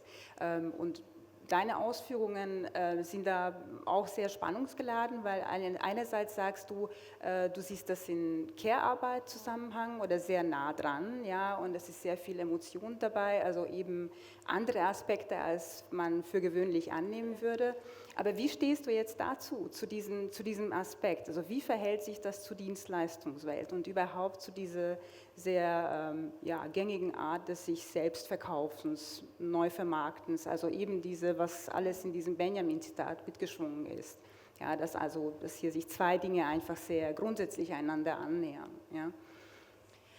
Also es hat natürlich diesen Aspekt des nicht reproduzierbaren, weil es eben an eine bestimmte Person gebunden ist. Und ich glaube, da hat es wiederum Zusammenhänge oder Übergänge auch zu einer Kunstform. Also nicht jeder Beruf, also man sagt immer, Sexarbeit ist kein Beruf wie jeder andere. Es gibt immer eine Menge Berufe, die nicht wie alle anderen Berufe sind. Also wenn ich zum Beispiel Künstlerin bin, das ist auch was, wo ich unglaublich viel von mir reingebe in das, was ich dort erschaffe und was ich nicht einfach sagen kann, naja gut, das kann ich outsourcen, das kann auch jemand anders machen, das kann ich delegieren, sondern es ist immer stark an die Person geknüpft und das hat Sexarbeit auch mit drin. Also es entsteht natürlich zum einen bringe ich Aspekte von mir rein, die sich nicht ohne weiteres durch jetzt einen Algorithmus, mach A, B und C und so weiter beschreiben lassen, weil auch ganz viel einfach intuitiv ist, was passiert. Und natürlich gibt es eine zwischenmenschliche Ebene. Also das ist ganz klar, das ist der Mensch, der mich bucht, begehrt mich natürlich. Aber in erster Linie glaube ich nach wie vor, begehrt die Person das gute Gefühl, was ich ihr mache. Und nicht unbedingt mich als Person. Also es geht nicht um das Projektionsfläche, auch der Begriff, den du gebracht hast. Also ich habe überhaupt nichts dagegen, eine Projektionsfläche zu sein, sondern ich sehe das als Teil meines Jobs. Und also es ist kein Beruf wie jeder andere, Menschen vergleichen das dann gerne mit einem Bürojob, wo etwas abgearbeitet wird, was im Prinzip jeder machen kann, der sich ein bisschen damit beschäftigt. Und es gibt aber eine Menge Jobs, in der ich sehr viel von mir reingebe, die eben nicht solche Berufe sind. Und Sexarbeit ist einer von diesen Berufen, aber es ist eben auch nicht der einzige und insofern nicht so komplett außergewöhnlich wie andere außergewöhnliche Berufe auch. Stichwort Kunst, das ist für dich total wichtig gewesen im ganzen Buch. Du sprichst von einem ökonomischen Genre und arbeitest da sehr dezidiert auch Parallelen aus und Differenzen zu Kunst. Vielleicht dazu nochmal, zu diesem Kontext. Ich glaube, das ist jetzt im Vortrag nicht drinnen gewesen, aber es ist eine Affinität, eine Nähe, die sich sehr aufdrängt und man könnte sich fragen, wie kann man das verteidigen, wie kann man das angreifen? Das würde mich nochmal interessieren. Ja, also genau, ich habe das im Buch, das ist ein Vergleich, der eigentlich von Peter Hacks angestiftet ist. Es gibt einen Text, den ich sehr, sehr empfehlen kann, den ich ans Herz legen möchte. Schöne Wirtschaft heißt der, von dem berühmten DDR-Dichter Peter Hacks, wo er eigentlich sozusagen versucht darzulegen, inwiefern die Kunst nicht mit marxistischen Kategorien zu greifen ist. Und er macht so kleine Anspielungen auf die Prostitution. Genau, und das habe ich aufgegriffen. Das ist auch ein bisschen, natürlich ein bisschen kokett, das so zu vergleichen. Worauf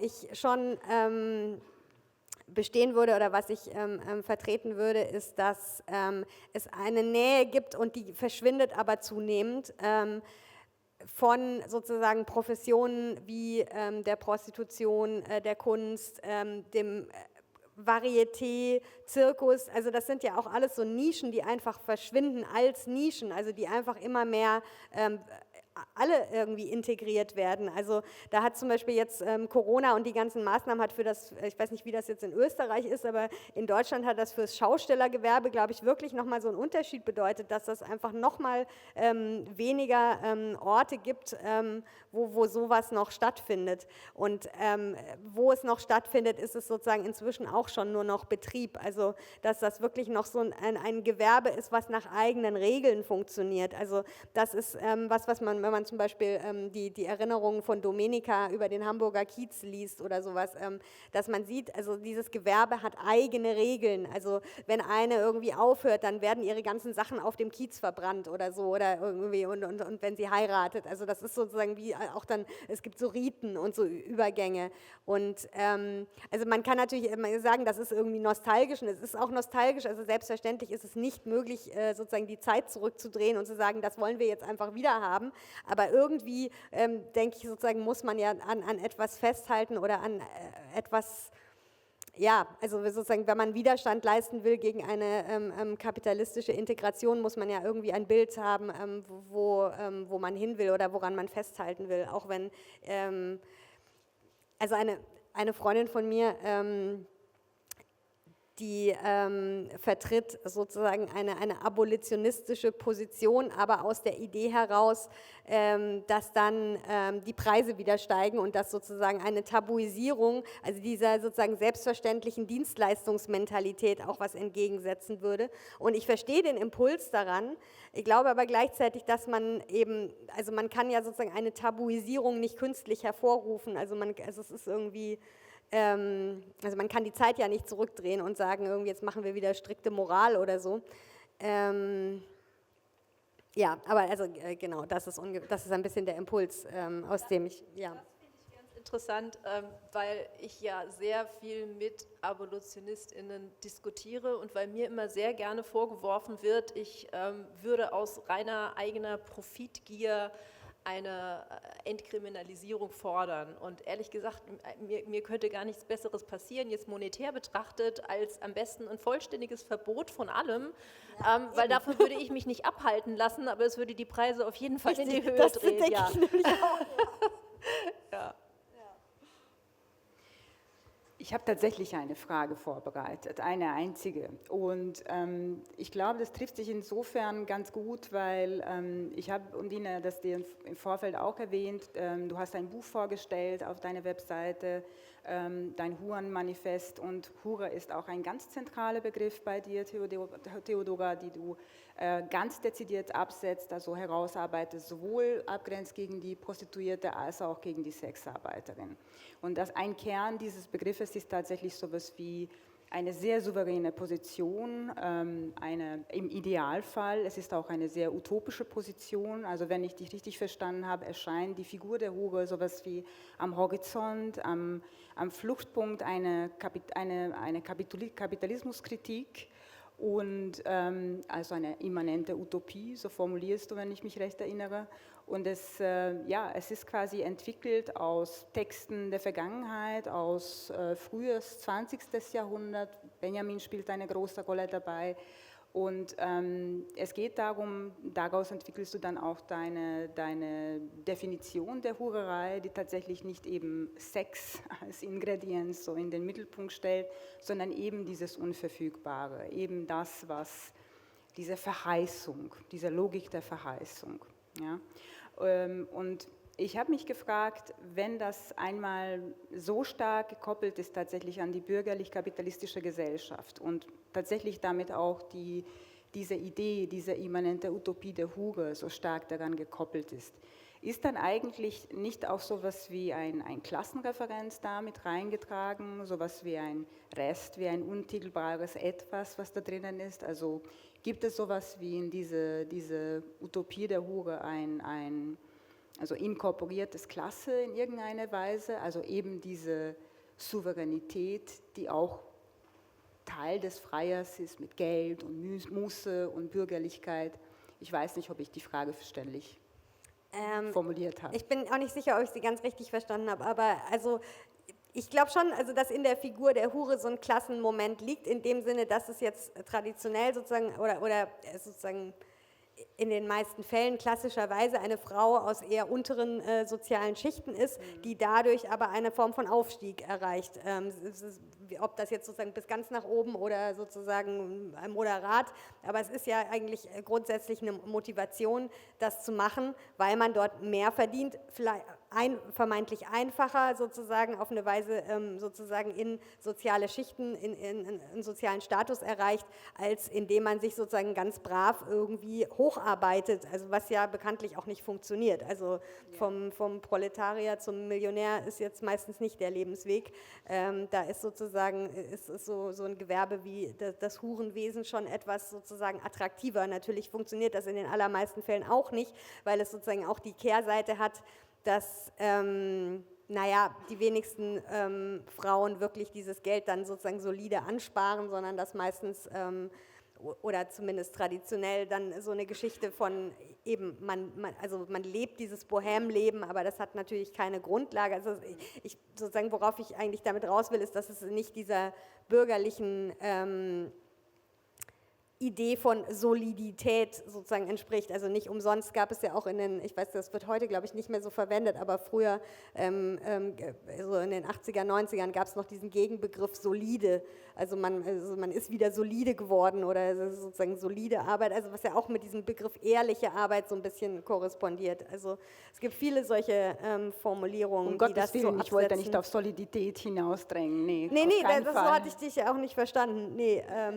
Aber insofern, also so einen Klassenaspekt gibt es darin schon. Also es ist sozusagen der Versuch, die Klassengrenzen zu überschreiten, wo es natürlich sozusagen gesellschaftliche Vorkehrungen gibt, dafür zu sorgen, dass das nicht so einfach funktioniert. Also dass eben, also diese sozusagen gesellschaftliche Verachtung und was ist da von sozusagen polizeilicher Reglementierung und so weiter und Verboten und Kriminalisierung gar nicht zu reden. Aber was natürlich sozusagen dieses einfache Genießen oder diese einfache Möglichkeit des Überspringens sozusagen verhindern soll. Gut, es sei denn, du möchtest was jetzt unbedingt darauf, okay, weil mit Blick auf die Zeit würde ich einfach sagen, wir öffnen die Diskussion auch zum Publikum hin und wer Fragen hat, gerne. Ich sehe von hier aus leider nicht sehr viel. Kann man vielleicht diese Scheinwerfer ein bisschen reduzieren? Ja, vielleicht hier anfangen. Ja, jetzt sehe ich auch was. Hört man mich? Geht das? Okay, ich hätte eine Frage an euch beide. Erstmal an Theodora. Du hast einen Begriff eingeführt, den ich sehr gut fand und vielsagend, nämlich den des Fakes. Sozusagen die Hure, die sich als Ware und Verkäuferin preisgibt gewissermaßen, aber eigentlich ein Fake letztlich verkauft. Und da wäre jetzt interessant, einfach die Analogie wirklich zur Kunstwelt, ne, weil dieser Begriff ja sozusagen über die Fälschung hinaus, gerade auch in der Kunstwelt des 20. Jahrhunderts, würde ich sagen, dafür steht, dass hier gewissermaßen die Aufdeckung, dass das hier ein falsches Kunstwerk ist, gewissermaßen zum Kunstwerk dazugehört, dass so etwas wie Originalität, Wert, Autorschaft, Zurechenbarkeit und so weiter dementiert wird. Und das wäre ja eigentlich das künstlerische Äquivalent zu dieser Nichtförmigkeit zur kapitalistischen Verwertungs- oder Wertlogik, ne, an dieser Stelle. Also das wäre die Frage, ob dieser Fake-Begriff jetzt hier, auch was Silvia angesprochen hat, sozusagen diese Brücke zur Kunst nochmal schlägt. Und bei Undine, also Begriff der Emotional Labor finde ich gut. Was ich nicht ganz verstanden habe, ist sozusagen die enge Analogie zur Care-Arbeit. Weil man kann ja natürlich sagen, klar, fällt in diesen Bereich der Fürsorge, aber ist dort nicht so etwas wie ein grundlegender Unterschied zwischen Bedürfnis und Begehren, könnte man fast sagen. Ne? Also dass zur, Sexarbeit oder Sexversorgung, wie auch immer so ein Moment der Transzendenz, des Exzesses gehört. Und das ist ja vielleicht auch der Grund dafür, dass es eine Pflegeversicherung gibt, aber keine Sexversicherung. Oder wie du selber sagst, es gibt keinen Anspruch, sozusagen schon gepflegt zu werden im Alter, vielleicht auch von der Familie, aber vielleicht nicht nochmal sexuell versorgt zu werden. Also einfach die Frage, ob diese Analogie nicht nur eine ist, die zur Hälfte funktioniert. Also dazu, selbst die WHO sagt in ihrer Definition von, was ist sexuelle Gesundheit, das ist nicht einfach nur die Abwesenheit von Erkrankungen, sondern tatsächlich auch die Möglichkeit, sich sexuell auszudrücken und auszuleben. Und natürlich hat keiner das Recht darauf, dass irgendjemand anders dazu verpflichtet wird, mit einer bestimmten Person Sex zu haben, aber zu sexueller Gesundheit und auch zu einem Recht auf sexuelle Selbstbestimmung gehört auch das Ausleben von Sexualität mit Menschen, die das einvernehmlich machen wollen in irgendeiner Form. Und wenn da jemand ist, der sagt, ich gebe mein Einvernehmen, um mit dir Sex zu haben, unter der Rahmenbedingung, dass ich dafür Geld erhalte, dann ist das eben ein völlig valides Ausleben dieser Bedürfnisse. Und in dem Zusammenhang ist es, also Care-Arbeit hat ja immer auch einen Aspekt von über eine reine Dienstleistung hinaus und über ein reines Versorgen, körperliches Versorgen, was weiß ich, Windel wechseln oder sonst was. Also nicht umsonst ist ja immer die Diskussion ist bei solchen, auch bei Pflegeeinrichtungen und so weiter, ist immer wieder die Frage, werden die Leute dort einfach nur verwaltet oder gibt es dort auch eine Wärme auch der pflegenden Personen gegenüber? Und ich glaube, das ist in allen Aspekten der Care-Arbeit ist das drin. Also ich sehe keinen Grund, wirklich Sexwork nicht als einen Teil von Care-Arbeit zu sehen in dem Zusammenhang. Ich meine auch eher, dass die Leistung natürlich wie Care-Arbeit zu denken ist, aber es kann nicht umgekehrt monetarisiert oder geregelt oder versichert werden. Eben. Ja, bedauerlicherweise, ehrlich gesagt. Also ich meine, wir haben ja den Übergang, wobei ich nehme das immer ungern als Beispiel, nämlich die Sexualbegleitung. Das sprich Sexwork für Menschen mit körperlichen Einschränkungen oder für ältere Menschen.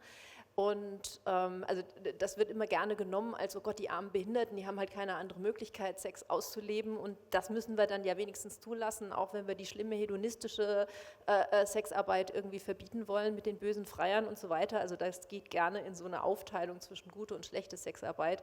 Und das finde ich einen sehr schwierigen Diskurs.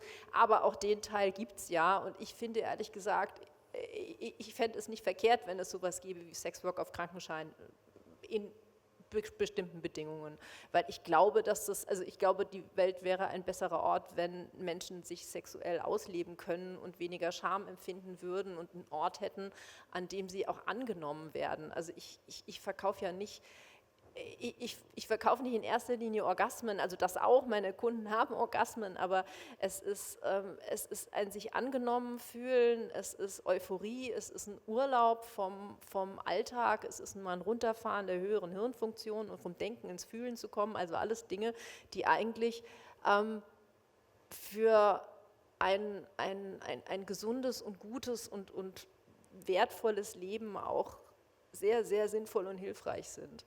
Und das geht eben weit über diese niedere Befriedigung niederer Triebe hinaus, meiner Ansicht nach.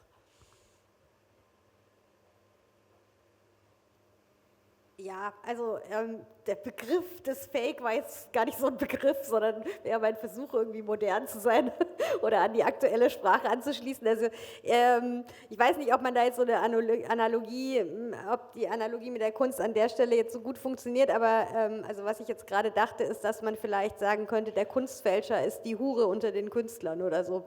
Vielleicht würde das funktionieren, musste man aber näher drüber nachdenken, ob das so trägt, dass das... Tatsächlich. Ja, bei Baudelaire gibt es sehr stark genau den Künstler als Prostituierte, genau. Aber was das jetzt wieder mit dem Dreh mit der Kunstfälschung, da müsste ich jetzt nochmal drüber nachdenken, was das bedeuten soll. Ich finde, der Fake klingt zu negativ. Also das ist das war Absicht, das war ja der Witz daran. Das ist schon klar. Aber es ist eine Inszenierung. So. Es ist, die Gefühle sind ja trotzdem echt und die Erfahrung, die Person macht. Und ich liebe es, mit Menschen zu arbeiten, die Realität und Inszenierung unterscheiden können.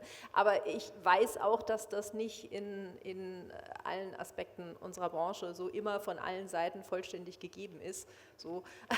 Und ich meine, ich habe auch natürlich in meiner Karriere schon häufig Menschen gehabt, die es eben nicht mehr unterscheiden konnten und wo es dann diese Risiken und diese Probleme gab und Menschen sich verliebt haben und das irgendwie ganz furchtbar kompliziert wurde.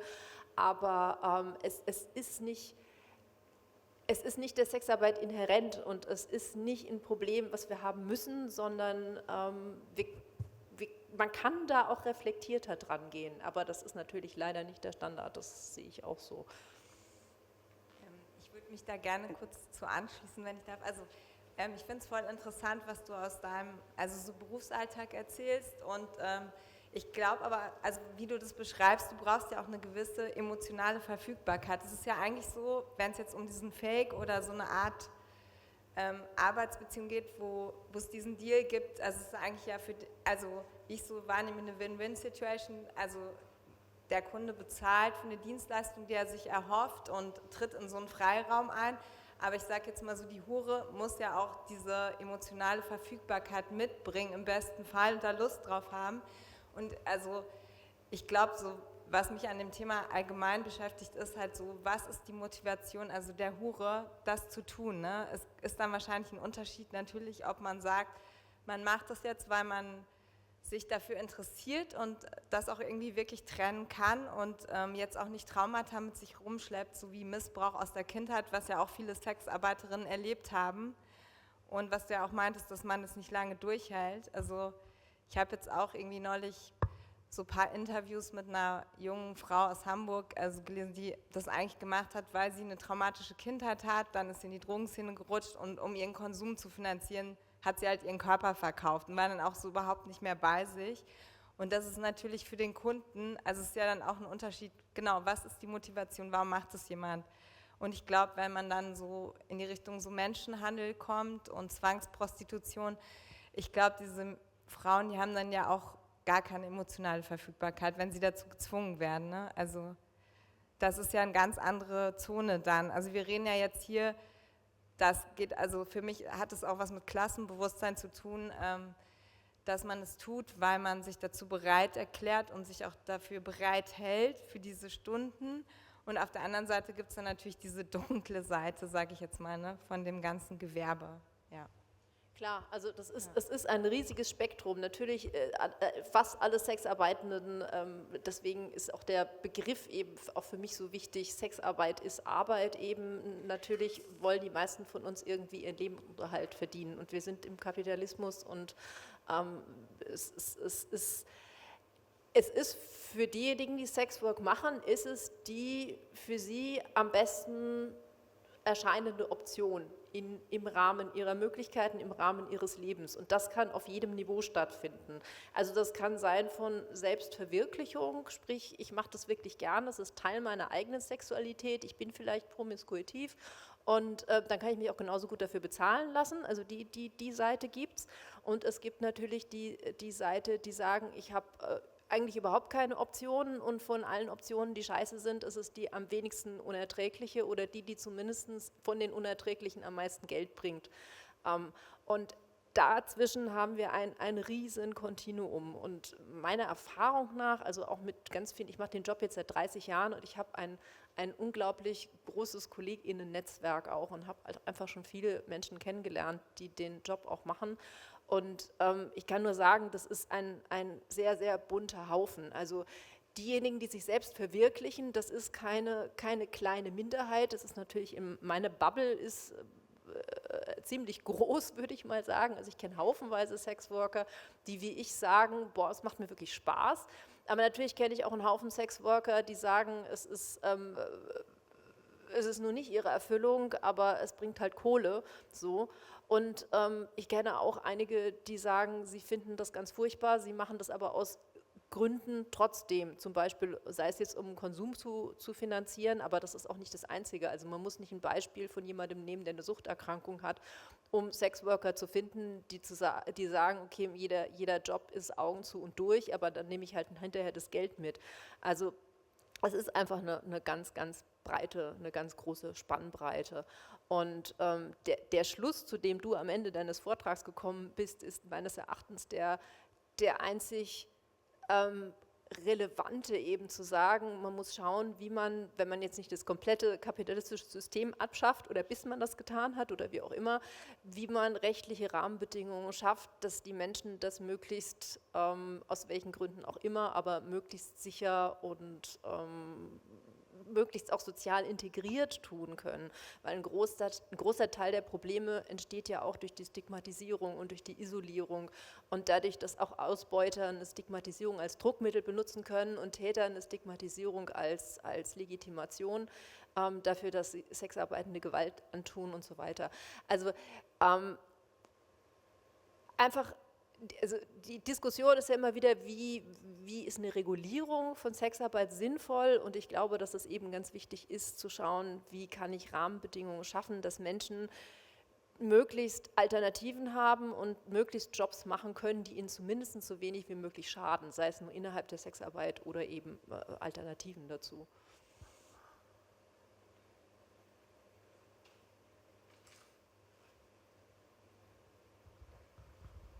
Ja, also vielen Dank für den Vortrag zunächst, und ich wollte fragen, welchen Stellenwert die Nymphomanie einnimmt in dem Beruf, also vor allen Dingen inwiefern muss das Sexualleben dementsprechend ausgerichtet sein,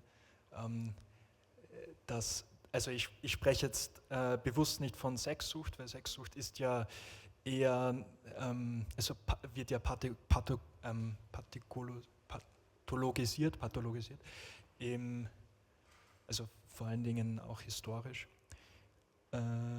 Aber ich wollte fragen, genau, das wäre die erste Frage, und die zweite Frage wäre, wie viel Spielraum hat man in der Sexarbeit? Also beispielsweise gilt dieses Credo, dass zum Beispiel der Kunde sagt, er will das, oder man will das, was man nicht kennt, so ungefähr. Also weil wir ja vorhin gehört haben, dass die Prostituierte immer mehr einhält, als sie verspricht. Und da wollte ich fragen, wie viel Spielraum hat man eigentlich? Oder weil, wie wir auch gesagt haben, dass ja nicht nur der Kunde verfügt über die Prostituierte, sondern eigentlich die Prostituierte ja eigentlich auch viel mehr auch über den Kunden, als er vielleicht mehr weiß eigentlich überhaupt. Ich möchte gerne auf die erste Frage antworten, auch wenn du sie an Undine gerichtet hast. Diese Frage, dass du sie stellst, beweist, dass sozusagen die Illusionsarbeit der Huren funktioniert. Und witzigerweise ist es wirklich, ich habe jetzt 3-mal ähnliche Vorträge in sehr unterschiedlichen Kontexten gehalten. Ich habe also sozusagen auch sehr viel über die durchaus negativen Seiten der Prostitution gesprochen, und jedes Mal hat jemand, immer ein Mann, entschuldige, die Frage gestellt, aber gibt es nicht auch Huren, die Spaß daran haben? Oder wie oft hast du Orgasmen? Oder eben, welche Rolle spielt Nymphomanie? Ich möchte das nur mal so in den Raum stellen. Das war meine Antwort, jetzt darfst du antworten. Auch das ist ein Spektrum. Wenn ich jetzt mal aus der Praxis komme, wir haben lustigerweise gerade, wir haben im Berufsverband sehr viel Peer Education, also dass wir online Workshops von Sexworkern für Sexworker machen oder Austauschrunden und so.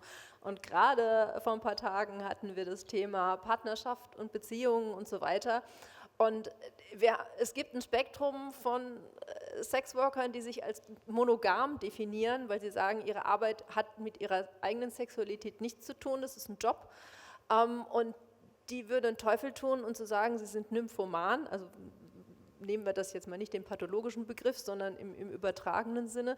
Und dann gibt es solche, die sowieso gerne Sex mit unterschiedlichen Menschen haben und dann sagen, okay, ich kann mich auch genauso gut dafür bezahlen lassen und mache mein Hobby zum Beruf. Also das ist eine große Bandbreite, das lässt sich nicht selbst sagen. Und natürlich, wie du schon gesagt hast, die meisten werden sagen, dass es ihnen Spaß macht, vor allen Dingen, wenn Kunden darauf drängen. Das finde ich übrigens mega, mega nervig, wenn jemand zu mir kommt und sagt, es muss dir doch aber jetzt genauso viel Spaß machen wie mir. Und das ist der Punkt, der eben nicht verfügbar ist, der ist nicht käuflich, und der Versuch darauf zu insistieren, führt mit Garantie dazu, dass genau das nicht passiert. Das finde ich dann immer so ein bisschen traurig, während wenn man da ergebnisoffen hingeht und sagt, ich hätte gerne ein schönes Erlebnis und dieses und jenes würde ich gerne machen, und ich dann die Möglichkeit habe zu schauen, was ist da für mich noch mit drin und kann ich da auch was für mich mitnehmen, mehr als den Gedanken und das Wissen, dass ich jemandem eine schöne Zeit gemacht habe und der dahinter glücklich ist, sondern ist da für mich irgendwie auch sexuell was drin und dann kann das durchaus passieren, so, aber es steht halt nicht im Vordergrund und der Teil ist auch nicht käuflich.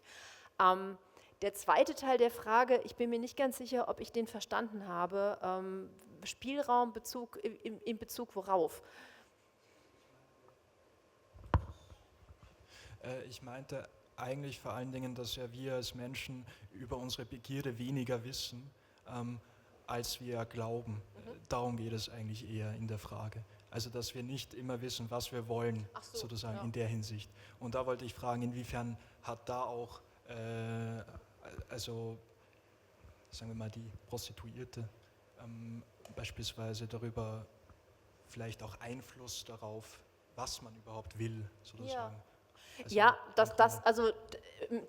es kommen sowohl Menschen zu mir, die eine sehr genaue Vorstellung davon haben, was sie gerne erleben möchten und ich bin sehr, sehr viel so in diesem ganzen Kink-Bereich unterwegs, also mit Rollenspielen und bestimmten Kleidungen und Inszenierungen und oft habe ich auch Leute, die sagen, ich habe ja ein, zwei, drei Sachen, die ich gerne erleben möchte, aber ansonsten überrasch mich mal. Also das gibt es durchaus auch. Also es wird einfach vorher ein Gespräch darüber geführt, das den Rahmen festlegt von so einer Begegnung.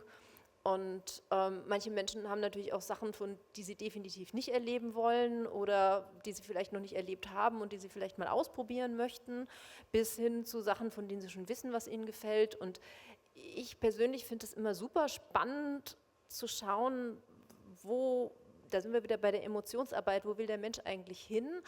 Und gibt es über diese Liste von Dingen, die mir die Person gegeben hat, vielleicht noch andere Dinge, um also das Bestimmte auszulösen, was die Person sich wünscht. Was liegt eigentlich dahinter?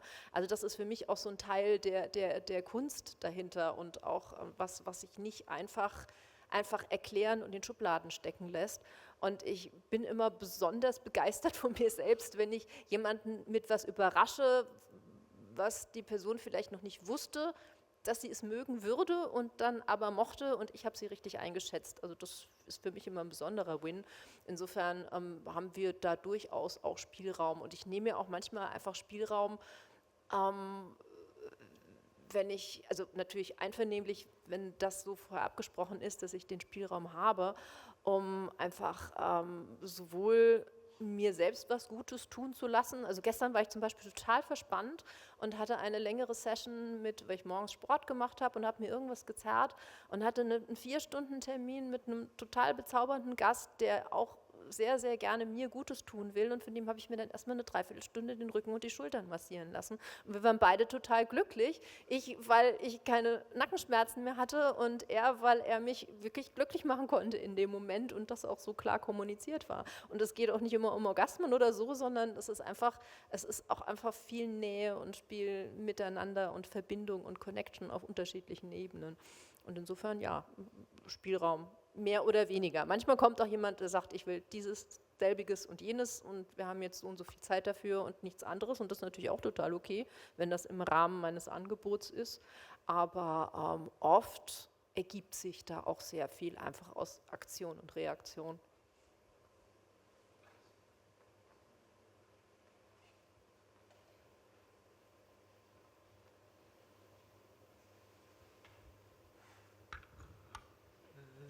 Ja, danke. Also ich habe eigentlich eine Frage. Ich bin auch interessiert, dass die Prostitution verkauft mehr als Körper und Sex und eher das Begehren nach mehr als solches selbst. Und es scheint, hier geht es darum, das Scheitern einer bürgerlichen Vorstellung, dass Sex auf eine einfache Funktion des Körpers zu reduzieren. Das erinnert mich an ein anderes Phänomen, das heißt Friends with Benefits oder One-Night-Stand. Was halten Sie davon? Danke. Was ich von One-Night-Stands halte? Ja. Jeder wie er will. Ich glaube, es gab hier vorne noch Fragen. Ja, ich möchte einfach nachfragen wegen den den Bezeichnungen, weil Hure und Prostituierte, das sind sehr gegenderte Begriffe. Wenn ich hingegen Sexarbeiter sage und auch, wie Sie das erklärt haben, das ist eine sehr abgehobene Auffassung von diesem Beruf. Und ich würde gern fragen, gibt es auch Männer drunter? Ja, total, auf jeden Fall. Also es ist ungefähr, also statistisch gesehen, meine ich, sind es so um die 10% Sexworker sind männlich, also zumindest nicht cis-weiblich. Wir haben natürlich eine Menge Transpersonen, manche auch eben Non-Binaries und das ganze Gender-Kontinuum. Was es sehr, sehr wenig gibt, ist rein heterosexuell arbeitende männliche Sexworker, also zumindest solche, die davon leben können. Da kenne ich wirklich wenige. Die Nachfrageseite ist weit überwiegend männlich, aber auch nicht nur. Also ich habe auch einen Haufen Frauen unter meinen Gästen beispielsweise. Und also es gibt alle Geschlechter, aber es ist weit überwiegend, es ist die Anbieterseite weiblich und die Nachfrageseite männlich, aber es gibt durchaus einen nicht zu unterschätzendes Spektrum dort auch und andere Teile. Hier steht ein Plädoyer gegen Entsexualisierung und das haben Sie ja auch getan, plädiert. Aber jetzt nach diesem Gespräch habe ich den Eindruck, man könnte auch sagen, ein Plädoyer gegen die Entromantisierung der Hure, weil es gibt ja diesen Kult der Hure in der Literatur, in der Kunst der Jahrhundertwende. Baudelaire ist schon gefallen, der Name. Es gibt die Porträts von Toulouse-Lautrec und vieles, was wir uns angewöhnt haben, als Männerfantasie zu dechiffrieren. Aber in diesen Dokumenten wird ja die Hure romantisiert. Sie ist die romantische Projektionsfigur für alles, was eben sich der Verfügbarkeit entzieht. Sie ist die Gegenbild zur anständigen, honetten Frau. Sie ist aber auch das Gegenbild zur unattraktiven Frau natürlich. Worauf will ich hinaus? Ich will darauf hinaus, dass in Ihren Plädoyers mir etwas mitklingt, was ich eigentlich nicht erwartet hatte, nämlich, dass also unter so sehr betont neu sachlichen Begriff wie Sexarbeiterin irgendwo doch dieser alte romantische Bodensatz noch spürbar ist.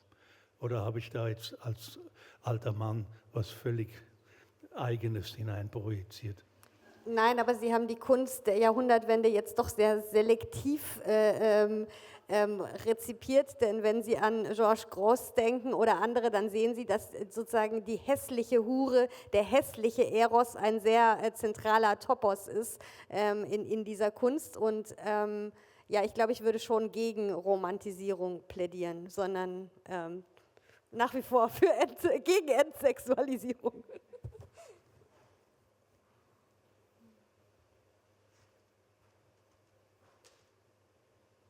Vielen Dank für den Vortrag und für das Gespräch. Ich hätte eine Frage an dich, Theodora. Das ist zu leise gerade, das funktioniert, glaube ich, nicht. Danke für den Vortrag und für das Gespräch. Meine Frage geht auch auf die Sprache, aber nun an dich. Undine hat vorhin gesagt, wie wichtig ihr Sprache ist.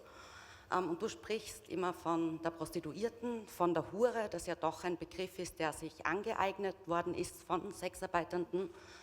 Und ich wollte dich fragen, warum du eben was dich dazu geführt hat, dass du von der Prostituierten sprichst und auch immer von der weiblichen Form und von der Hure. Ja, weil ich glaube, dass es ein gegenderter Beruf ist. Also ich glaube nicht, dass man das dadurch wegmachen kann, dass man es in der Sprache einfach sozusagen unkenntlich macht. Ich glaube, das ist systematisch eingebaut und sozusagen der geringe Anteil an vor allem homosexueller männlicher Prostitution, den es gibt, auch da gibt es ein gegendertes Element, eine Feminisierung des Strichers. Also ich glaube schon, dass das sehr viel mit Weiblichkeit oder mit einer bestimmten Idee von Weiblichkeit zu tun hat. Und dass ich den Begriff Sexarbeit meide, hat auch also einen Grund, der, glaube ich, aus meinem Vortrag eigentlich auch ersichtlich geworden ist, nämlich, dass ich tatsächlich ja, also sozusagen mein sozusagen ganzes Denken ja darauf abzielt, also sozusagen diesen Unterschied zu machen. Jetzt geht gleich das Mikro aus, das wollen Sie nicht hören. Was sozusagen nicht heißen soll, dass ich für eine Kriminalisierung bin oder für ein Verbot oder irgendwas. Also ich glaube, das habe ich, glaube ich, auch deutlich gemacht, aber dass ich sozusagen auf dieser Integration als Arbeit, als Dienstleistung, sozusagen, dass ich da ein Problem sehe, zumindest, auf das ich versuche hinzuweisen. Und dieser Begriff Sexarbeit hat was sehr sozusagen technisch und sehr darauf reduziertes.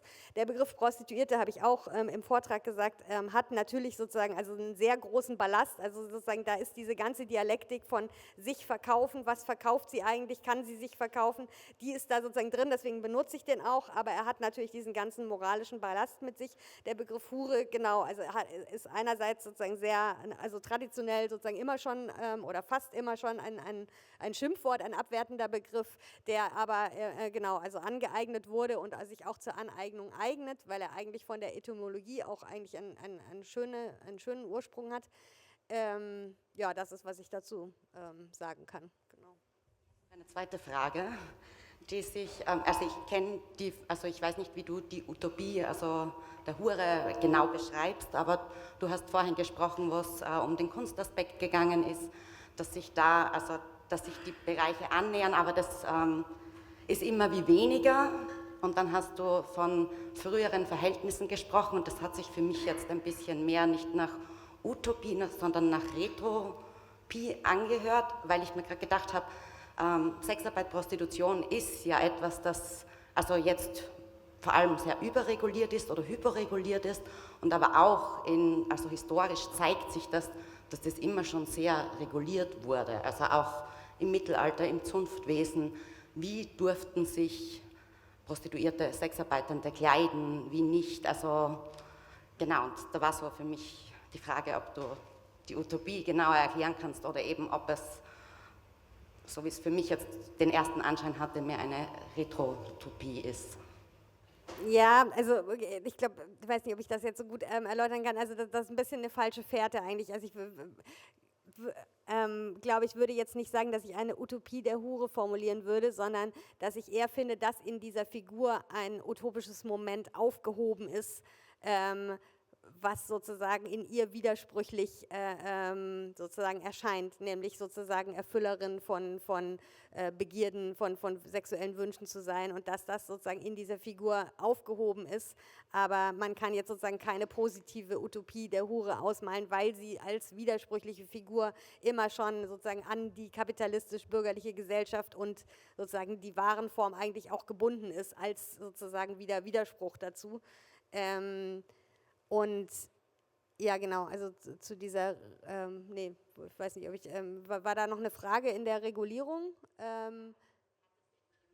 Eben das also wo du auf das zurückgegriffen hast, mit eben, wo du gemeint hast, so Nischenbereiche, die eben auch immer mehr vergänglich sind, dass es so Altes braucht, wo man sich festhalten kann, um kapitalistische Gesellschaften zu überwinden. Ja, also okay, ich weiß nicht, was heißt, ob man, also das habe ich jetzt gleich nicht so allgemein gemeint, sondern sozusagen, wenn man sich fragt, wohin sozusagen will man denn politisch sozusagen mit diesem Gewerbe und also dann kann man natürlich einfach sagen, ja okay, machen wir halt endlich mal eine Regulierung so wie jede andere Dienstleistung auch, wissend, dass es keine jede Dienstleistung wie jede andere gibt, sondern dass alles irgendwie unterschiedliche Berufe sind und sozusagen machen wir, also wo ist eigentlich das Problem? Sex ist doch irgendwie auch nicht anders als Massage und Wellness und Care-Arbeit, sozusagen machen wir, also sozusagen so pragmatisch, so und dann würde ich eben sagen, also ich würde dann eben sozusagen, wie ich versucht habe auszuführen, sozusagen auf einem Problem beharren, weil dass es eben da doch einen Unterschied gibt, dass sich da etwas entzieht und dass sozusagen, wenn man an sowas wie ja, Befreiung, Kommunismus, Überwindung von kapitalistischen Verhältnissen oder irgendetwas sozusagen davon interessiert ist, man an diesem sich Entziehenden irgendwie festhalten muss und nicht sozusagen, also zumindest will ich in Frage stellen, ob sozusagen dieses Denken, diese politische Sichtweise sozusagen wirklich progressiv ist in einem Sinne, den man vollständig bejahen sollte. Während ich natürlich andererseits sozusagen jetzt dem Abolitionismus auch nicht also ja, sozusagen nicht sagen würde, das ist jetzt die Alternative, wo es hingehen soll, also auf gar keinen Fall. Aber genau, das ist so ein bisschen die Richtung, in der ich das denke. Ich glaube, mit dieser Dialektik und mit dieser Spannung müssen wir jetzt aussteigen, denn unsere Zeit ist um. Ich danke Ihnen sehr für die Fragen und ich danke vor allem auch euch, Theodora Becker und Undine d'Orivière, für das Hiersein, für den Vortrag, für die Einsichten und bis zum nächsten Mal.